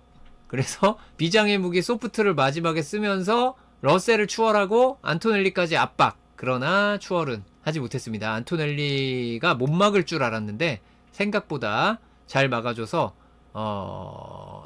이 메르세데스에서도 못 막을 것 같다라고 처음에 생각했다 그래요. 그러나 막아냈습니다. 그래프를 보면 베르스타펜의 그래프가 아까 그 맥라렌과 비교해서 중간 단계를 보시면 이제 랩타임 평균은 이따 볼 테니까 이 중간 단계를 보시면 거의 일정하죠. 타이어 손상이 잘 안 되면서 이 랩타임 저하가 거의 없어요. 여기도 그렇고요. 마지막에 소프트는 뭐 어쩔 수 없기는 한데 그래도 상당히 좋은 기록, 가장 빠른 기록으로 달리면서 추격을 한 거기 때문에 충분히 의미가 있고요. 이게 레드불 드라이버들의 평균 스틴트별 기록입니다. 베르스타펜과 츠노다는 비교가 안 되죠. 베르스타펜의 이 평균이 츠노다의 중간 스틴트보다 빨라요. 어마어마합니다. 아닙니다. 메모장 안 키셔도 됩니다. 제가 도와드릴게요. 네. 그리고 여러분들은 반응하지 마시고요. 네. 반응하지 마십시오. 이제 안 좋은 얘기라도, 네, 맞는 말이라도 여러분들끼리 하지 마시고, 네. 그리고요. 저는 여러분들의 의견 존중합니다. 그런데 이렇게 좀 힘드실 수 있어요. 그 말 뜻을 이해하는 게 힘드실 때 이렇게 딱 메모장으로 자연스럽게 길을 다 막아버리면 됩니다. 가는 길을, 메모장으로 가는 길 하나만 남기면 되죠. 도와드렸습니다. 자, 그리고 여기 두 번째 스틴트도 츠노다의 세 번째 스틴트만 같은 미디엄이에요. 같은 미디엄인데 베르스타펜이 얼마나 빨랐는가를 보여주는 거죠. 엄청나게 빠릅니다. 자, 그리고 마지막 스틴트에서는 거의 가장 빠른 스틴트를 보여줬습니다. 그럼으로써 3위까지 올라갈 수 있었던 거죠. 그래서 베르스타펜은 이번에 정말 말도 안 되게 빨랐다 라고 밖에는 할 수 없습니다. 물론 파워유닛 교체를 했죠. 파워유닛 교체해서 파워유닛 성능 차이가 정말 큰 도움이 됐습니다. 그러면 다른 드라이버들, 다른 팀은 왜 안 할까요? 물론 돈을 아끼는 것도 있겠습니다만 바꾼다고 이게 되면, 네, 그렇죠. 바꾼다고 그게 말처럼 되지 않는다는 게 문제죠. 였습니다. 자, 그리고 츠노다의 불운에 대해서 한번 이야기를 해봅시다. 이게 이번 전체 피스탑 기록인데요. 눈에 띄는 것들만 표시를 해볼게요. 이게 이번 그랑프리에서 눈에 띄게 시간이 오래 걸린 피스탑들입니다. 해밀턴, 노즈 파손에 플로어 파손까지 있어서 그 사이드 잭 넣기도 힘들었죠. 그래서 이 피스탑 오래 걸린 겁니다. 그 다음 사인스 그냥 느렸고요. 다음 츠노다. 이게 10초 페널티를 수행한 건데요. 이때 작업을 제대로 수행하지 않아서 저 밑에 가면 여기 츠노다 또 합니다. 33초. 놀라운 건 이거보다 이게 빨라요. 정상적인 10초 페널티 수행했는데 더 빨라요. 잘할 수 있었네, 얘네들. 그래서 어쨌든 그렇고요. 그 다음 여기 이건 뭔가요? 네, 여기 10초 페널티 피아스트리도 수행했습니다. 10초 페널티 피아스트리도 수행했고 해밀턴 5초 페널티 수행한 겁니다. 그리고 뒤끝이 없죠. 네. 그리고 여기 보시면 콜라핀토 이거 자체 페널티 이렇게 있었습니다. 이런 자체 페널티가 여기 두 건, 사인스 한 건, 콜라핀토 한 건 있었고요. 예, 굉장히 아쉬운 부분이 있었고 다음은 메르세데스입니다. 안토넬리가 다행히도 사고 후 스핀을 모면했기 때문에 다행입니다. 이거는 진짜 운이지 이건 드라이버가 뭐 스스로 어떻게 하고 이럴 여지가 사실 없었죠. 운이 좋았고 그래서 3위로 머물렀기 때문에 포디엄에 올라갈 기회가 생겼고 그 상태에서 주행은 상당히 잘해줬습니다. 러셀도 나쁘지 않았는데 안토넬리의 주행이 상당히 좋았던 것은 이 그래프에서도 볼 수 있는데 느껴지시나요? 물론 중간 스틴트 소프트라 그래요. 여기 실선이 러셀, 와 엄청하죠. 러셀 어떻습니까? 러셀의 타이어 관리는 와. 그 다음 이제 소프트는 어쩔 수 없다. 하지만 마지막 스틴트 러셀도 정말 튼튼하죠. 이게 베르스타펜에게 추월당한 그 장면입니다. 그리고 이 안토넬리도 러셀과 거의 같은 페이스 처음에 보여주다가 여기 이 미디엄 관리하는 거 보세요. 이 러셀이 하던 것 같은 걸 하죠. 이게 두 명 추월해 간 거예요. 진짜 탈모처럼 여기 딱 나오는 거는 이 추월해 가는 거 그거고, 여기 그 다음에 이렇게 딱 안정되는 거, 이 부분이 아주 예술이죠. 그리고 마지막 스틴트도 러셀과 똑같이 안정적입니다. 이걸 수치로 보면 이렇죠. 점선이 안토넬리, 실선이 러셀인데, 러셀 야, 첫 스틴트가 그냥 예술입니다. 그리고 두 번째 소프트는 빨랐고요. 마지막 스틴트는 안토넬리가 진짜 빨랐다 라는 걸 알 수 있습니다. 이거는 추월 당했기 때문에 좀 시간 손해보기 있어요. 근데 안토넬리는 추월을 안 당했죠. 그래서 좀 시간을 좀 더 지킨 거고요. 어쨌든 안토넬리가 빨랐습니다. 그걸 감안하더라도 정말 잘했기 때문에 베르스타펜 퀄리파잉 런을 했다 그러죠. 심지어 뒤에서 다들 빨리 달리니까 노리스도 빨리 달렸다 그러는데, 마지막 스틴트는 베르스타펜 안토넬리가 전력으로 질주를 했습니다. 그리고 러셀은 피아스트리의 추월은 또 막아냈죠. 그러면서 메르세데스가 올해 들어서 스프린트와 레이스를 합쳐서긴 하지만 한 그랑프리에 가장 많은 포인트를 가져간 경기가 됐어요. 메르세데스 어마어마하죠. 그래서 2위 경쟁에서 아주 유리한 고지를 차지했습니다. 다음은 에스턴 마틴인데요. 여기도 안 되는 집안이었죠. 저 스트롤 사고와 함께 추락 있죠. 순위가 뿅 하고 추락합니다. 그리고 에스턴 마틴의 두 번째 아쉬운 점은 이 하드 타이어를 너무 오래 끌고 간 겁니다. 이게 보시면 여기는 저게 필요 없어요. 이걸로 보시면 됩니다. 여러분들이 어떻게 느끼실지 모르겠는데 잠시만요. 지금 왼쪽 위에 첫 번째 스틴트의 하드가 거의 그래프를 뚫고 나갈 지경이죠. 그래프를 뚫고 나갈 지경입니다. 이렇기 때문에 경보, 화살표 경보를 한번 내리겠습니다. 큰 거 나옵니다. 놀라지 마세요. 자, 큰 거 나왔습니다. 자, 이 동네가 상당히 안 좋은 기록들로 너무 오래 달렸어요. 자, 너무 오래 달린 게 좀 그랬고, 그 다음에 빨랐냐? 그 다음에 빠른지도 않아요. 그러니까 결과적으로 페이스에서 승부가 안 됐던 겁니다. 여기서 이걸 오래 달렸으면 이 미디엄이 빠르든가. 근데 미디엄도 별로 안 빨라요. 생각해보니 소프트로만 빨랐던 것인가? 라는 생각이 들 정도로 정말 빠르지 않았습니다. 그래서 해볼 수 있는 게 없었죠, 드라이버들이. 게다가 스트롤은 츠노다 때문에 한번 스핀하고 계속 다른 차 뒤에 달리고 혹은 압박을 당하면서 고생을 했고요. 여러 다른 드라이버들의 짜증을 유발하는 위치에서 많이 달리게 됩니다. 이번 경기에 추월이 많이 나왔는데 추월을 참 많이 당하면서 다른 차들의 발목을 몇 랩씩 잡아두고 했던 것이 또 에스턴 마틴이에요. 알핀 일단 콜라핀토는 해밀턴과의 접촉에서 전혀 손해는 보지 않았어요. 어쨌든 접촉을 했고, 문제는 빠르지 않았다는 게 문제죠. 속도가 그다지 빠르지 않았기 때문에 순위가 15위에 머무른 거고, 반면에 가슬리는 너무 잘해줬습니다. 완벽한 경기 운영을 하면서 10위로 포인트를 따냈는데, 소프트로 출발해서 미디엄인데 이 랩 타임만 보면요 느껴지시는 게 있으실 거예요. 지금 콜라핀토를 기준으로 보면은 아까 에스턴 마틴이 생각될 정도로 첫 스틴트가 안 좋죠. 여기는 하드 아니고 미디엄이에요. 콜라핀토 너무 느리다 라는 생각이 들 정도의 부분이고, 재밌는 것은 가슬리의 두 번째 스틴트 이 미디엄이 이 소프트를 쓰는 콜라핀토 이 부분과 비교해도 상당히 좋았다는 거고, 이 다음에는 가슬리 이게 버티기예요. 31랩을 달렸습니다. 31랩을 그냥 달리면서 순위를 안 뺏기고 버티기를 한 거죠. 그걸로 포인트를 딴 거였고요. 물론 이거보다 더한 친구가 좀 이따가 하나 나올 거예요. 근데 이렇게 잘 버티는 걸 해줬기 때문에 소중한 포인트를 또 가져갔습니다. 하스 같은 경우에는 오콘이 좀 많이 아쉽게 됐는데, 오콘은 하드 스타트를 한 것에 아쉬움을 달래면서 미디엄 사실상 원스탑 경기를 했습니다. 그게 뭔 소린가요? 이 버추얼 세이프티카 때 타이어를 교체하고 딱 이게 나오려 그러니까 버추얼 세이프티카가 끝나네. 오콘 약간 손에 있었습니다. 어쨌든 그래서 그런 오래가기 시전 오래 간 건 좋았는데 결과적으로 한번 피스탑 해가지고 시간 이득을 얻으려는, 피스탑 시간을 벌려는 그 시도가 전체적인 랩타임 손해 때문에 순위까지는 못 가고 12위에 머물렀고요. 추월을 많이 당했죠. 이렇게 오래 타이어를 썼기 때문에. 반면에 베어먼은 정상적인 투스탑을 가져갔고요. 두 번의 미디엄 스틴트에서 다 순위를 끌어올렸습니다. 보시면 이 올라가는 거 보이시죠? 그래서 베어먼이 너무나 잘해줬고요. 특히 여기 실선의 오콘이 굉장히 잘해줬습니다. 물론 베어먼도 마지막 스틴트 정말 길었어요. 근데 여기 두 드라이버 이 타이어 관리하는 거 보세요. 오콘 이거 이 베어먼의 나중에 교체한 미디엄 타이어와 오콘은 여기서부터 쓴 미디엄이거든요. 근데 비슷한 랩타임으로 가죠. 오콘이 타이어 관리를 진짜 잘해줬습니다. 그러나 스타팅 그리드 문제였다. 결과적으로 오콘은 퀄리파잉만 잘했으면 레이스는 정말 잘 풀었을 텐데 저 오콘의 저 어마어마하게 긴 그래프가 보이시죠? 관리를 정말 잘해줬지만 큰 의미가 없었다는 거고요. 마지막 스틴트에서 베어먼 저거는 이제 28랩으로 이제 이가 나오는데 굉장히 좋은 페이스로 오래 달려주면서 또 많은 포인트를 가져갔습니다. 여기도 또 억울한 친구가 있는 레이싱 불스. 결과만 보면 그렇게 많이 억울하진 않을 텐데 로스는 7그리드 출발로 7위를 했으니까 별로 안 억울할 수 있지만 하자는 5그리드 출발인데 왜 8위가 되었느냐. 이것 때문에 엔지니어와 격렬한 대화를 또 나눴습니다. 요즘 아이작 하자를 보면 F2 때의 그 원기 왕성한 에너지가 돌아오는 것 같은 느낌이 들고 있는 아이작 하자입니다. 많이 응원합니다. 네.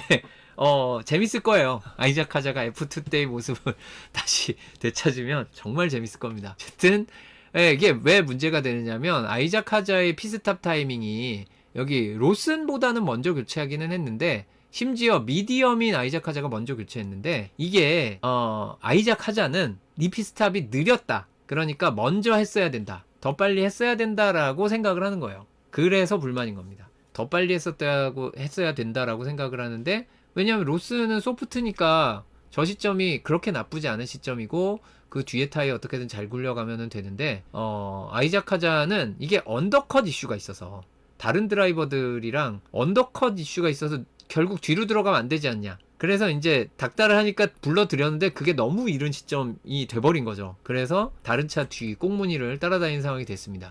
그래서 트레인 이 두 드라이버의 랩타임이 유난히 좀 비슷해 보이는 이유 중에 상당 부분이 그 기차놀이에 자꾸 걸려서 그래요. 그래서 랩타임이 비슷해 보이는 겁니다. 여기 보시면 무시무시한 게 하나 있죠. 아이작 하자가 마지막 피스탑 비교적 일찍 가져간 편이라 여기가 33으로 표기됩니다. 아까 베어먼 길다 그런 게 그 28이었는데 그런데 어쨌든 아이작 하자가 이렇게 달렸는데 이거 뭐죠 이거 로슨 이런 미친 버티기를 유일하게 끝까지 끌고 간 드라이버입니다. 51랩. 이게 51랩이 뭐냐면 실제 51랩이 아니죠. 아웃랩은 카운트 안 합니다. 그러니까 실제로는 52랩 카운트 되는 거예요. 이거 아웃랩 카운트 안 한 플라잉 랩이 51랩입니다. 그러면서 순위를 몇 개 뺏겼지만 결국 7위까지는 버텨낸 거예요.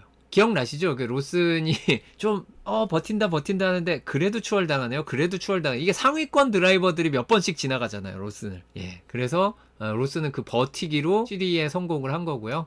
그리고 아이작 하자는 조금은 자신의 퍼포먼스에 비해서는 아쉬운 순위를 가져가게 됐습니다. 윌리엄스도 좀 되는 게 없는 집안이었는데 특히 알본의 저 마지막 피스탑 전체 드라이버 중에 가장 마지막 피스탑이었습니다. 사인스도 접촉으로 시간 손해본 건 없었고요. 순위를 끌어올렸는데 페이스가 그냥 좋지 않았어요. 알본의 마지막 피스탑은 이건 승부수죠. 그래서 여기서 9위를 달리고 있었잖아요. 버틸 것이냐, 이 앞서 타이어를 가지고 얼마나 더 갈 수 있는지 모르는 상황이었는데 하필 소프트죠. 소프트라 안 할 수도 없는 상황인데 미디엄으로 돌아가서 추월해 가자. 실제로 합니다. 하나, 둘, 셋, 넷, 5명 추월한 포인트인데 이게 미묘하게 좀 아쉬운 타이밍이었습니다. 5명 추월하면 포인트인데 4명 추월했어요. 정말 아쉽게 됐죠. 마지막 가슬리도 한 랩 더 있었으면 추월. 바꿔서 말하면 한 랩 좀 먼저 피스탑을 했으면 어땠을까라는 생각이 들고요. 여기 보시면 두 드라이버의 랩타임은 비슷하게 진행이 된 거예요. 그리고 사인스 같은 경우에는 마지막 스틴트에 답이 없으니까 그냥 오래 갑니다. 여기도 그게 나오죠. 이 사인스가 이게 32랩짜리인데 이게 알보는 이걸 2번 하잖아요. 2개를 쓰는데 이걸 쪼개서 사인스는 요거 하나로 간 거니까 당연히 기록이 안 좋고 알보는 여기 굉장히 빠른 미디엄 스틴트를 갔는데 한 랩이 부족했습니다. 한 랩이면 무조건 순위권에 들었을 거예요. 그것도 나름 계산을 한 거겠지만 그 계산이 그렇게 완벽할 수는 없어서요. 아쉽게 된 윌리엄스였고 다음으로 자우버입니다. 자우버 같은 경우에 보톨레토는 1000랩 아까 말씀드렸다시피 스퀴즈 짜여진 거죠. 그러니까 뭐 딱히 1000랩이기 때문에 뭐라고 얘기하기 힘들어요. 그 정도는. 그런데 드라이버가 조금 컨트롤 했어야 된다라고 봅니다. 그런 상황을 이미 젖은 연석을 밟고 거기서 컨트롤 제대로 안 되는 상황이 왔을 때는 게임이 끝난 거고 그런 상황이 되지 않도록 조절을 했었으면 좋지 않았을까라는 생각이 드는데 좀 아쉽게 됐고요. 어쨌든 뭐 보톨레토는 지금 루키니까 배워가는 과정으로 보면 됩니다. 그리고 아까 누가 오래 탄다고 뭐라 그런 드라이버가 있었죠. 포켄버그는 문자 그대로의 깨끗한 원스톱을 했습니다. 로슨처럼. 근데 로스는 첫 타이어 교체를 굉장히 일찍 해서 문제였다면 후켄버그는 뒤에 타이어가 소프트였어요. 심지어 새 소프트도 아니에요. 새 소프트도 아닌 걸로 34랩. 이 친구도 만만치 않죠. 로슨과 함께 거의 뭐 통나무를 지고 가는 아주 무거운 짐을 줬어요. 그런데 이거를 소프트인데 저거를 레이스 거의 절반을 간 겁니다. 어마어마하죠. 이것도 아웃랩 포함하면 35랩이에요. 그래서 후켄버그도 정말 잘해냈다 라고 보여지고요. 이제 노리스와 안토넬리, 베르스타펜과 베어먼의 페이스를 비교를 해보면 이렇습니다. 이것도 이렇게 비교해보는 수가 있죠. 각각의 스틴트에서 누가 어디에 있었느냐를 비교해 볼 만하니까, 특히 마지막 순간 보시면은 베르스타펜이 이 두 번째 스틴트 여기 갈 때도 이 타이어 교체한 베어먼과 비교해서도 비슷했고요. 노리스와도 큰 차이가 안 나요. 두 번째 스틴트는 베르스타펜이 압도적으로 빠르고 여기도 베르스타펜이 더 빠르죠. 여기에서 뭔가 느껴지는 거 있지 않으십니까? 이번 경기는 베르스타펜이 스타팅 그리드가 그래서 그렇지 앞에서 출발했으면 압도적으로 1등 했을 경기입니다. 지난해 인터라고스 뺨칠 페이스였던 거죠. 문제는 뒤에서 출발해서 그렇습니다. 시간 손해가 어마어마하죠. 그리고 마지막 스틴트에 그 베르스타펜보다 더 빨랐던 것은 안토넬리였다. 안토넬리가 두 번째 스틴트에 추격을 엄청 당했는데 이 마지막 스틴트에 더 길게 갔지만 베르스타펜과 비교해서 평균 속도가 더 빨랐다. 안토넬리도 대단한 놈입니다. 노리스 여기 있잖아요. 안토넬리 여기 있습니다. 자, 노리스도 그래서 깜짝 놀라서 나중에 속도를 올렸다는, 왜 좁혀지지? 여유 부리면서 달릴 수가 없었어요, 이번 경기는. 그래서 이제 무시무시한 페이스가 있었던 겁니다. 자, 레이스 결과. 자, 요거는 건드렸습니다. 일단 기온이 좀 많이 낮았고요. 17도에서 18도. 이 냉각 이슈 이런 게 잘 안 터졌죠.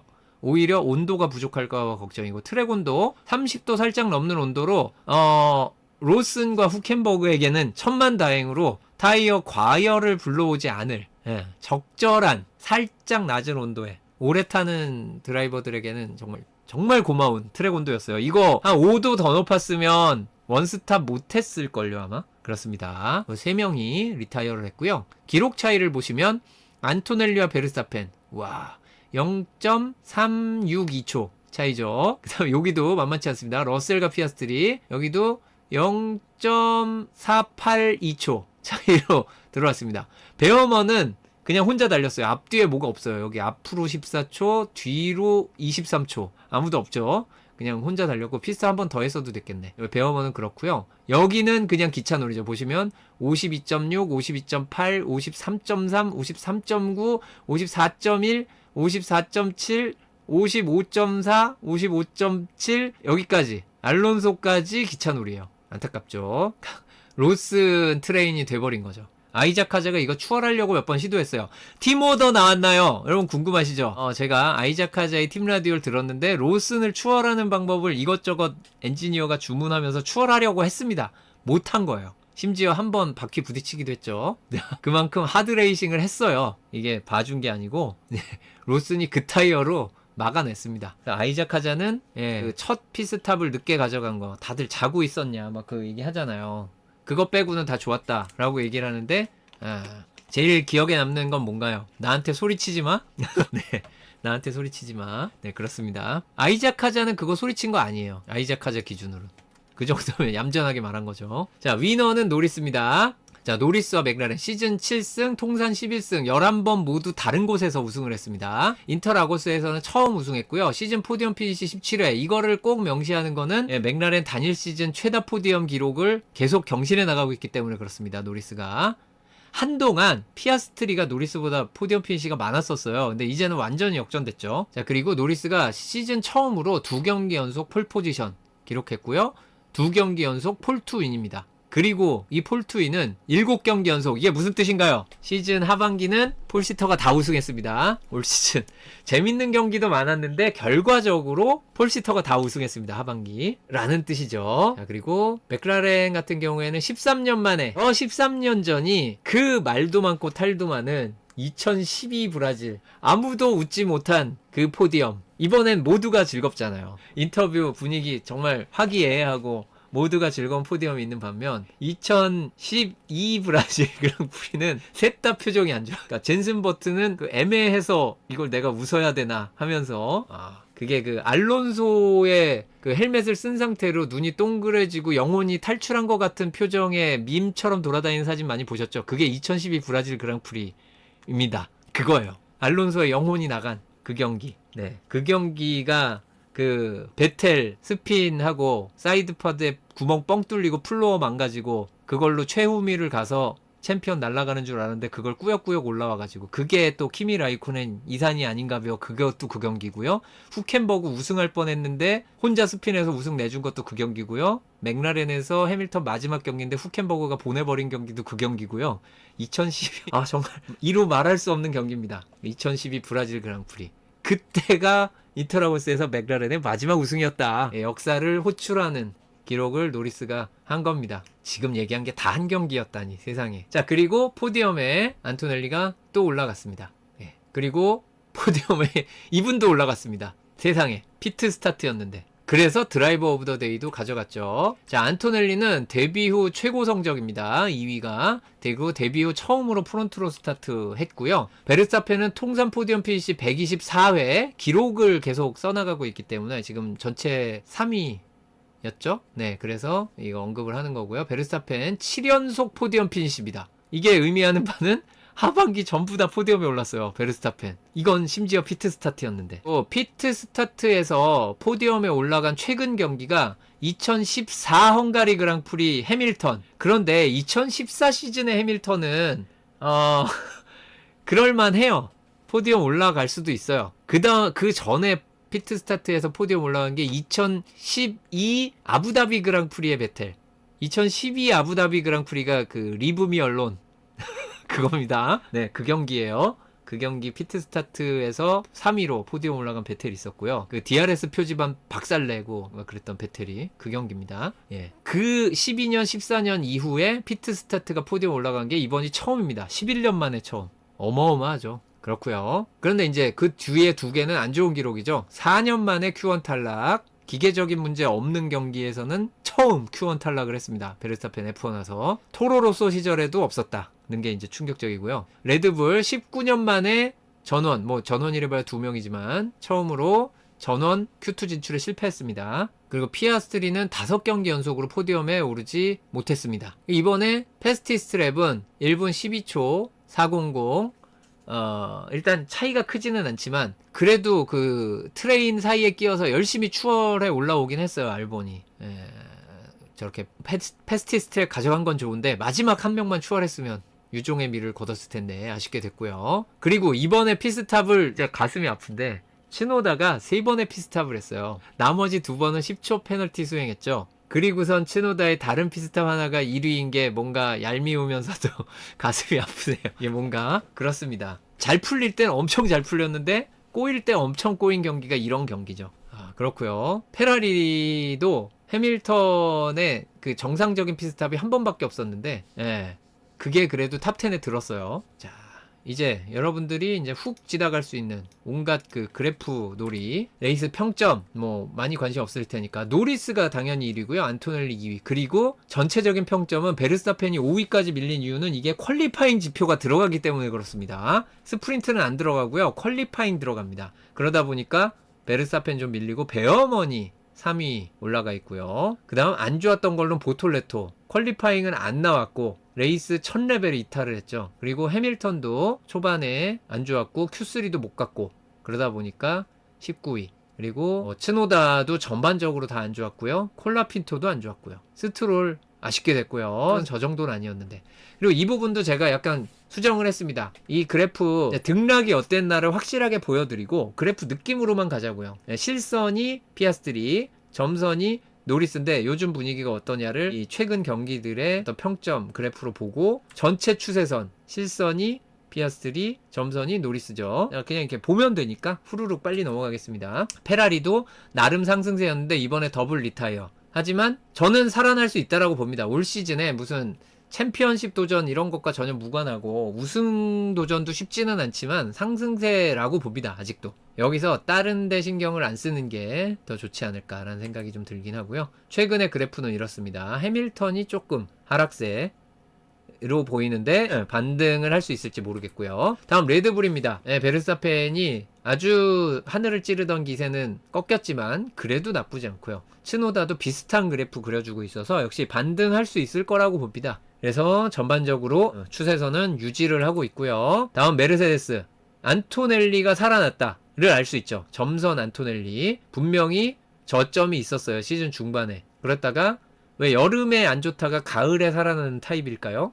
네, 지금 많이 좋아졌고요. 그 다음 안토넬리는 은근한 상승세. 러셀은 이게 전체적으로 7.5 라인에 근접해 있기 때문에 상당히 안정적으로 좋은 성적 뽑아주고 있는, 은근슬쩍 또 탑5 피니시를 했죠. 러셀은. 다음 에스턴 마틴. 놀랍게도 아직도 스트롤은 이번 경기에서도 평점이 많이 깎이지 않았다는 충격적인 사실. 네, 평점이 매우 안 좋은데 요즘 분위기를 꾸준하게 내주고 있어요.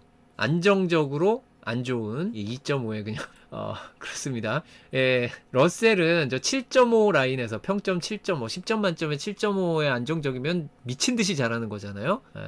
스트롤은 2.5 라인에서 매우 안정적입니다. 그리고 놀랍게도 기울기가 약간 상승하는 쪽으로 미묘하게, 저순위에 있으면 좀 많이 올라와야 되는데 그렇고요. 자, 가슬리가 상승세입니다. 최근 3경기 싱가폴 이후 미국, 멕시코시티, 상파울로 쭉 올라오죠. 콜라핀토는 역시 2.5 부근에 안정세를 보이고 있고요. 스트롤과 비슷해요. 스트롤의 하위 호환입니다. 지금 현재 콜라핀토는. 그런데 가슬리는 시즌 전반으로 따지면은 시즌 초중반에 포인트 따고 그랬던 게 많아서 약간 하향세처럼 보입니다. 여기도 오코는 놀랍게도 역시 비교적 안정적인데 안 좋은 쪽에서 안정적이고, 베어먼은 심지어 마이애미 이후 상승세예요. 중간에 많이 꺼지질 않아요. 마이애미 이후 상승세라니. 베어먼은 완전히 감을 찾은 것 같아요. 이렇죠. 그래프의 기울기가 다르다. 지금까지 봤던 것과 다른 놀라운 상승세를 보여주고 있는 베어먼입니다. 다음은 레이싱 불스. 실선이 아이작 하자. 그 다음 로슨이 점선인데, 로스는 좀 이런 표현이 좀 그런데 뭐랄까?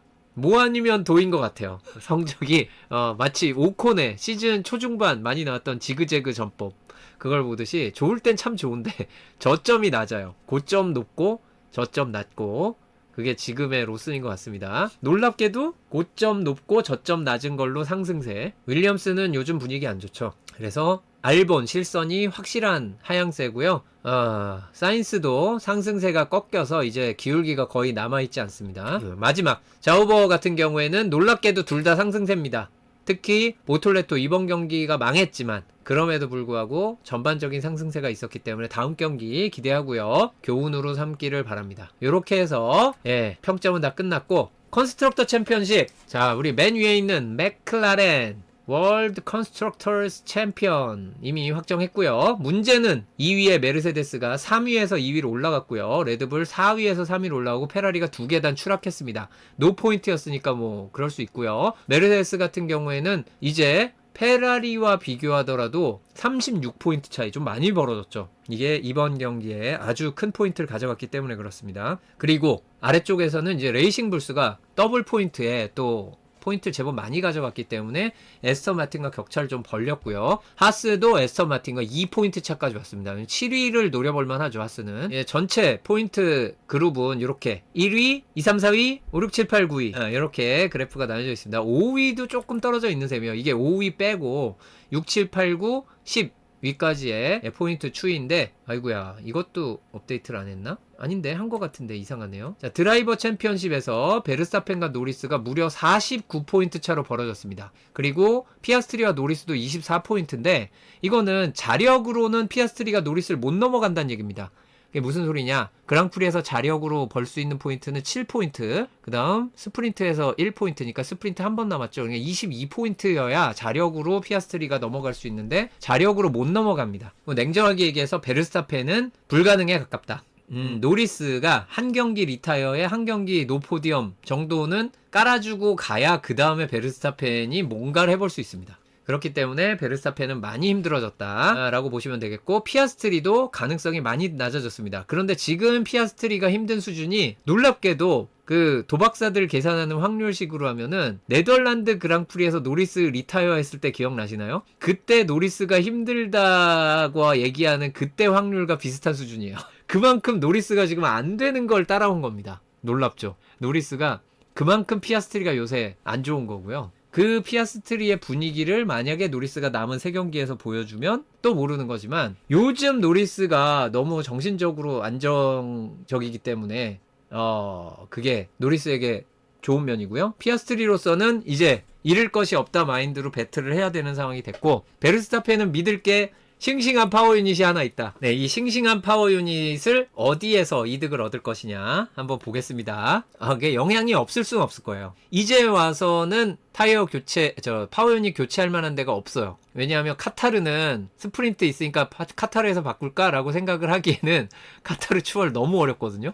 그래서 카타르는 좀 아닌 것 같아요. 그렇다고 최종전에 바꾸기도 그렇고, 그렇다고 라스베이거스에서 페널티 안고 시작하는 건 너무 부담스럽죠. 그렇습니다. 그리고 누적 포인트 전체 드라이버 챔피언십에서는 이런 그래프를 그리고 있고요. 특히 상위권의 요즘 분위기가 이겁니다. 적어도 노리스가 요즘 잘하고 있는 거지 베르스타펜이 못하고 있는 것은 아니었다. 그 채팅창에 다른 분이 뭐라고 말하지 말라는 말도 하지 마세요. 혹시 계시면 우리 관리자분이 안 계신 것 같은데 그런 걸 말하시는 분도 포함해가지고 같이 메모장으로 보내주시면 됩니다. 네, 지금 바쁘니까 넘어가도록 하겠습니다. 자, 어쨌든 요즘의 분위기는 노리스가 정말 좋지만 베르스타펜 꾸준하다. 피아스트리는 그냥 기울기가 보여주듯이 요즘 그냥 안 좋다라고 보여집니다. 이 분위기가 있으니까 더더욱 포인트 격차가 커 보이네요. 중위권은 정말 모르겠다. 자, 이 드라이버 챔피언십 탑 10에 누가 들 것인가.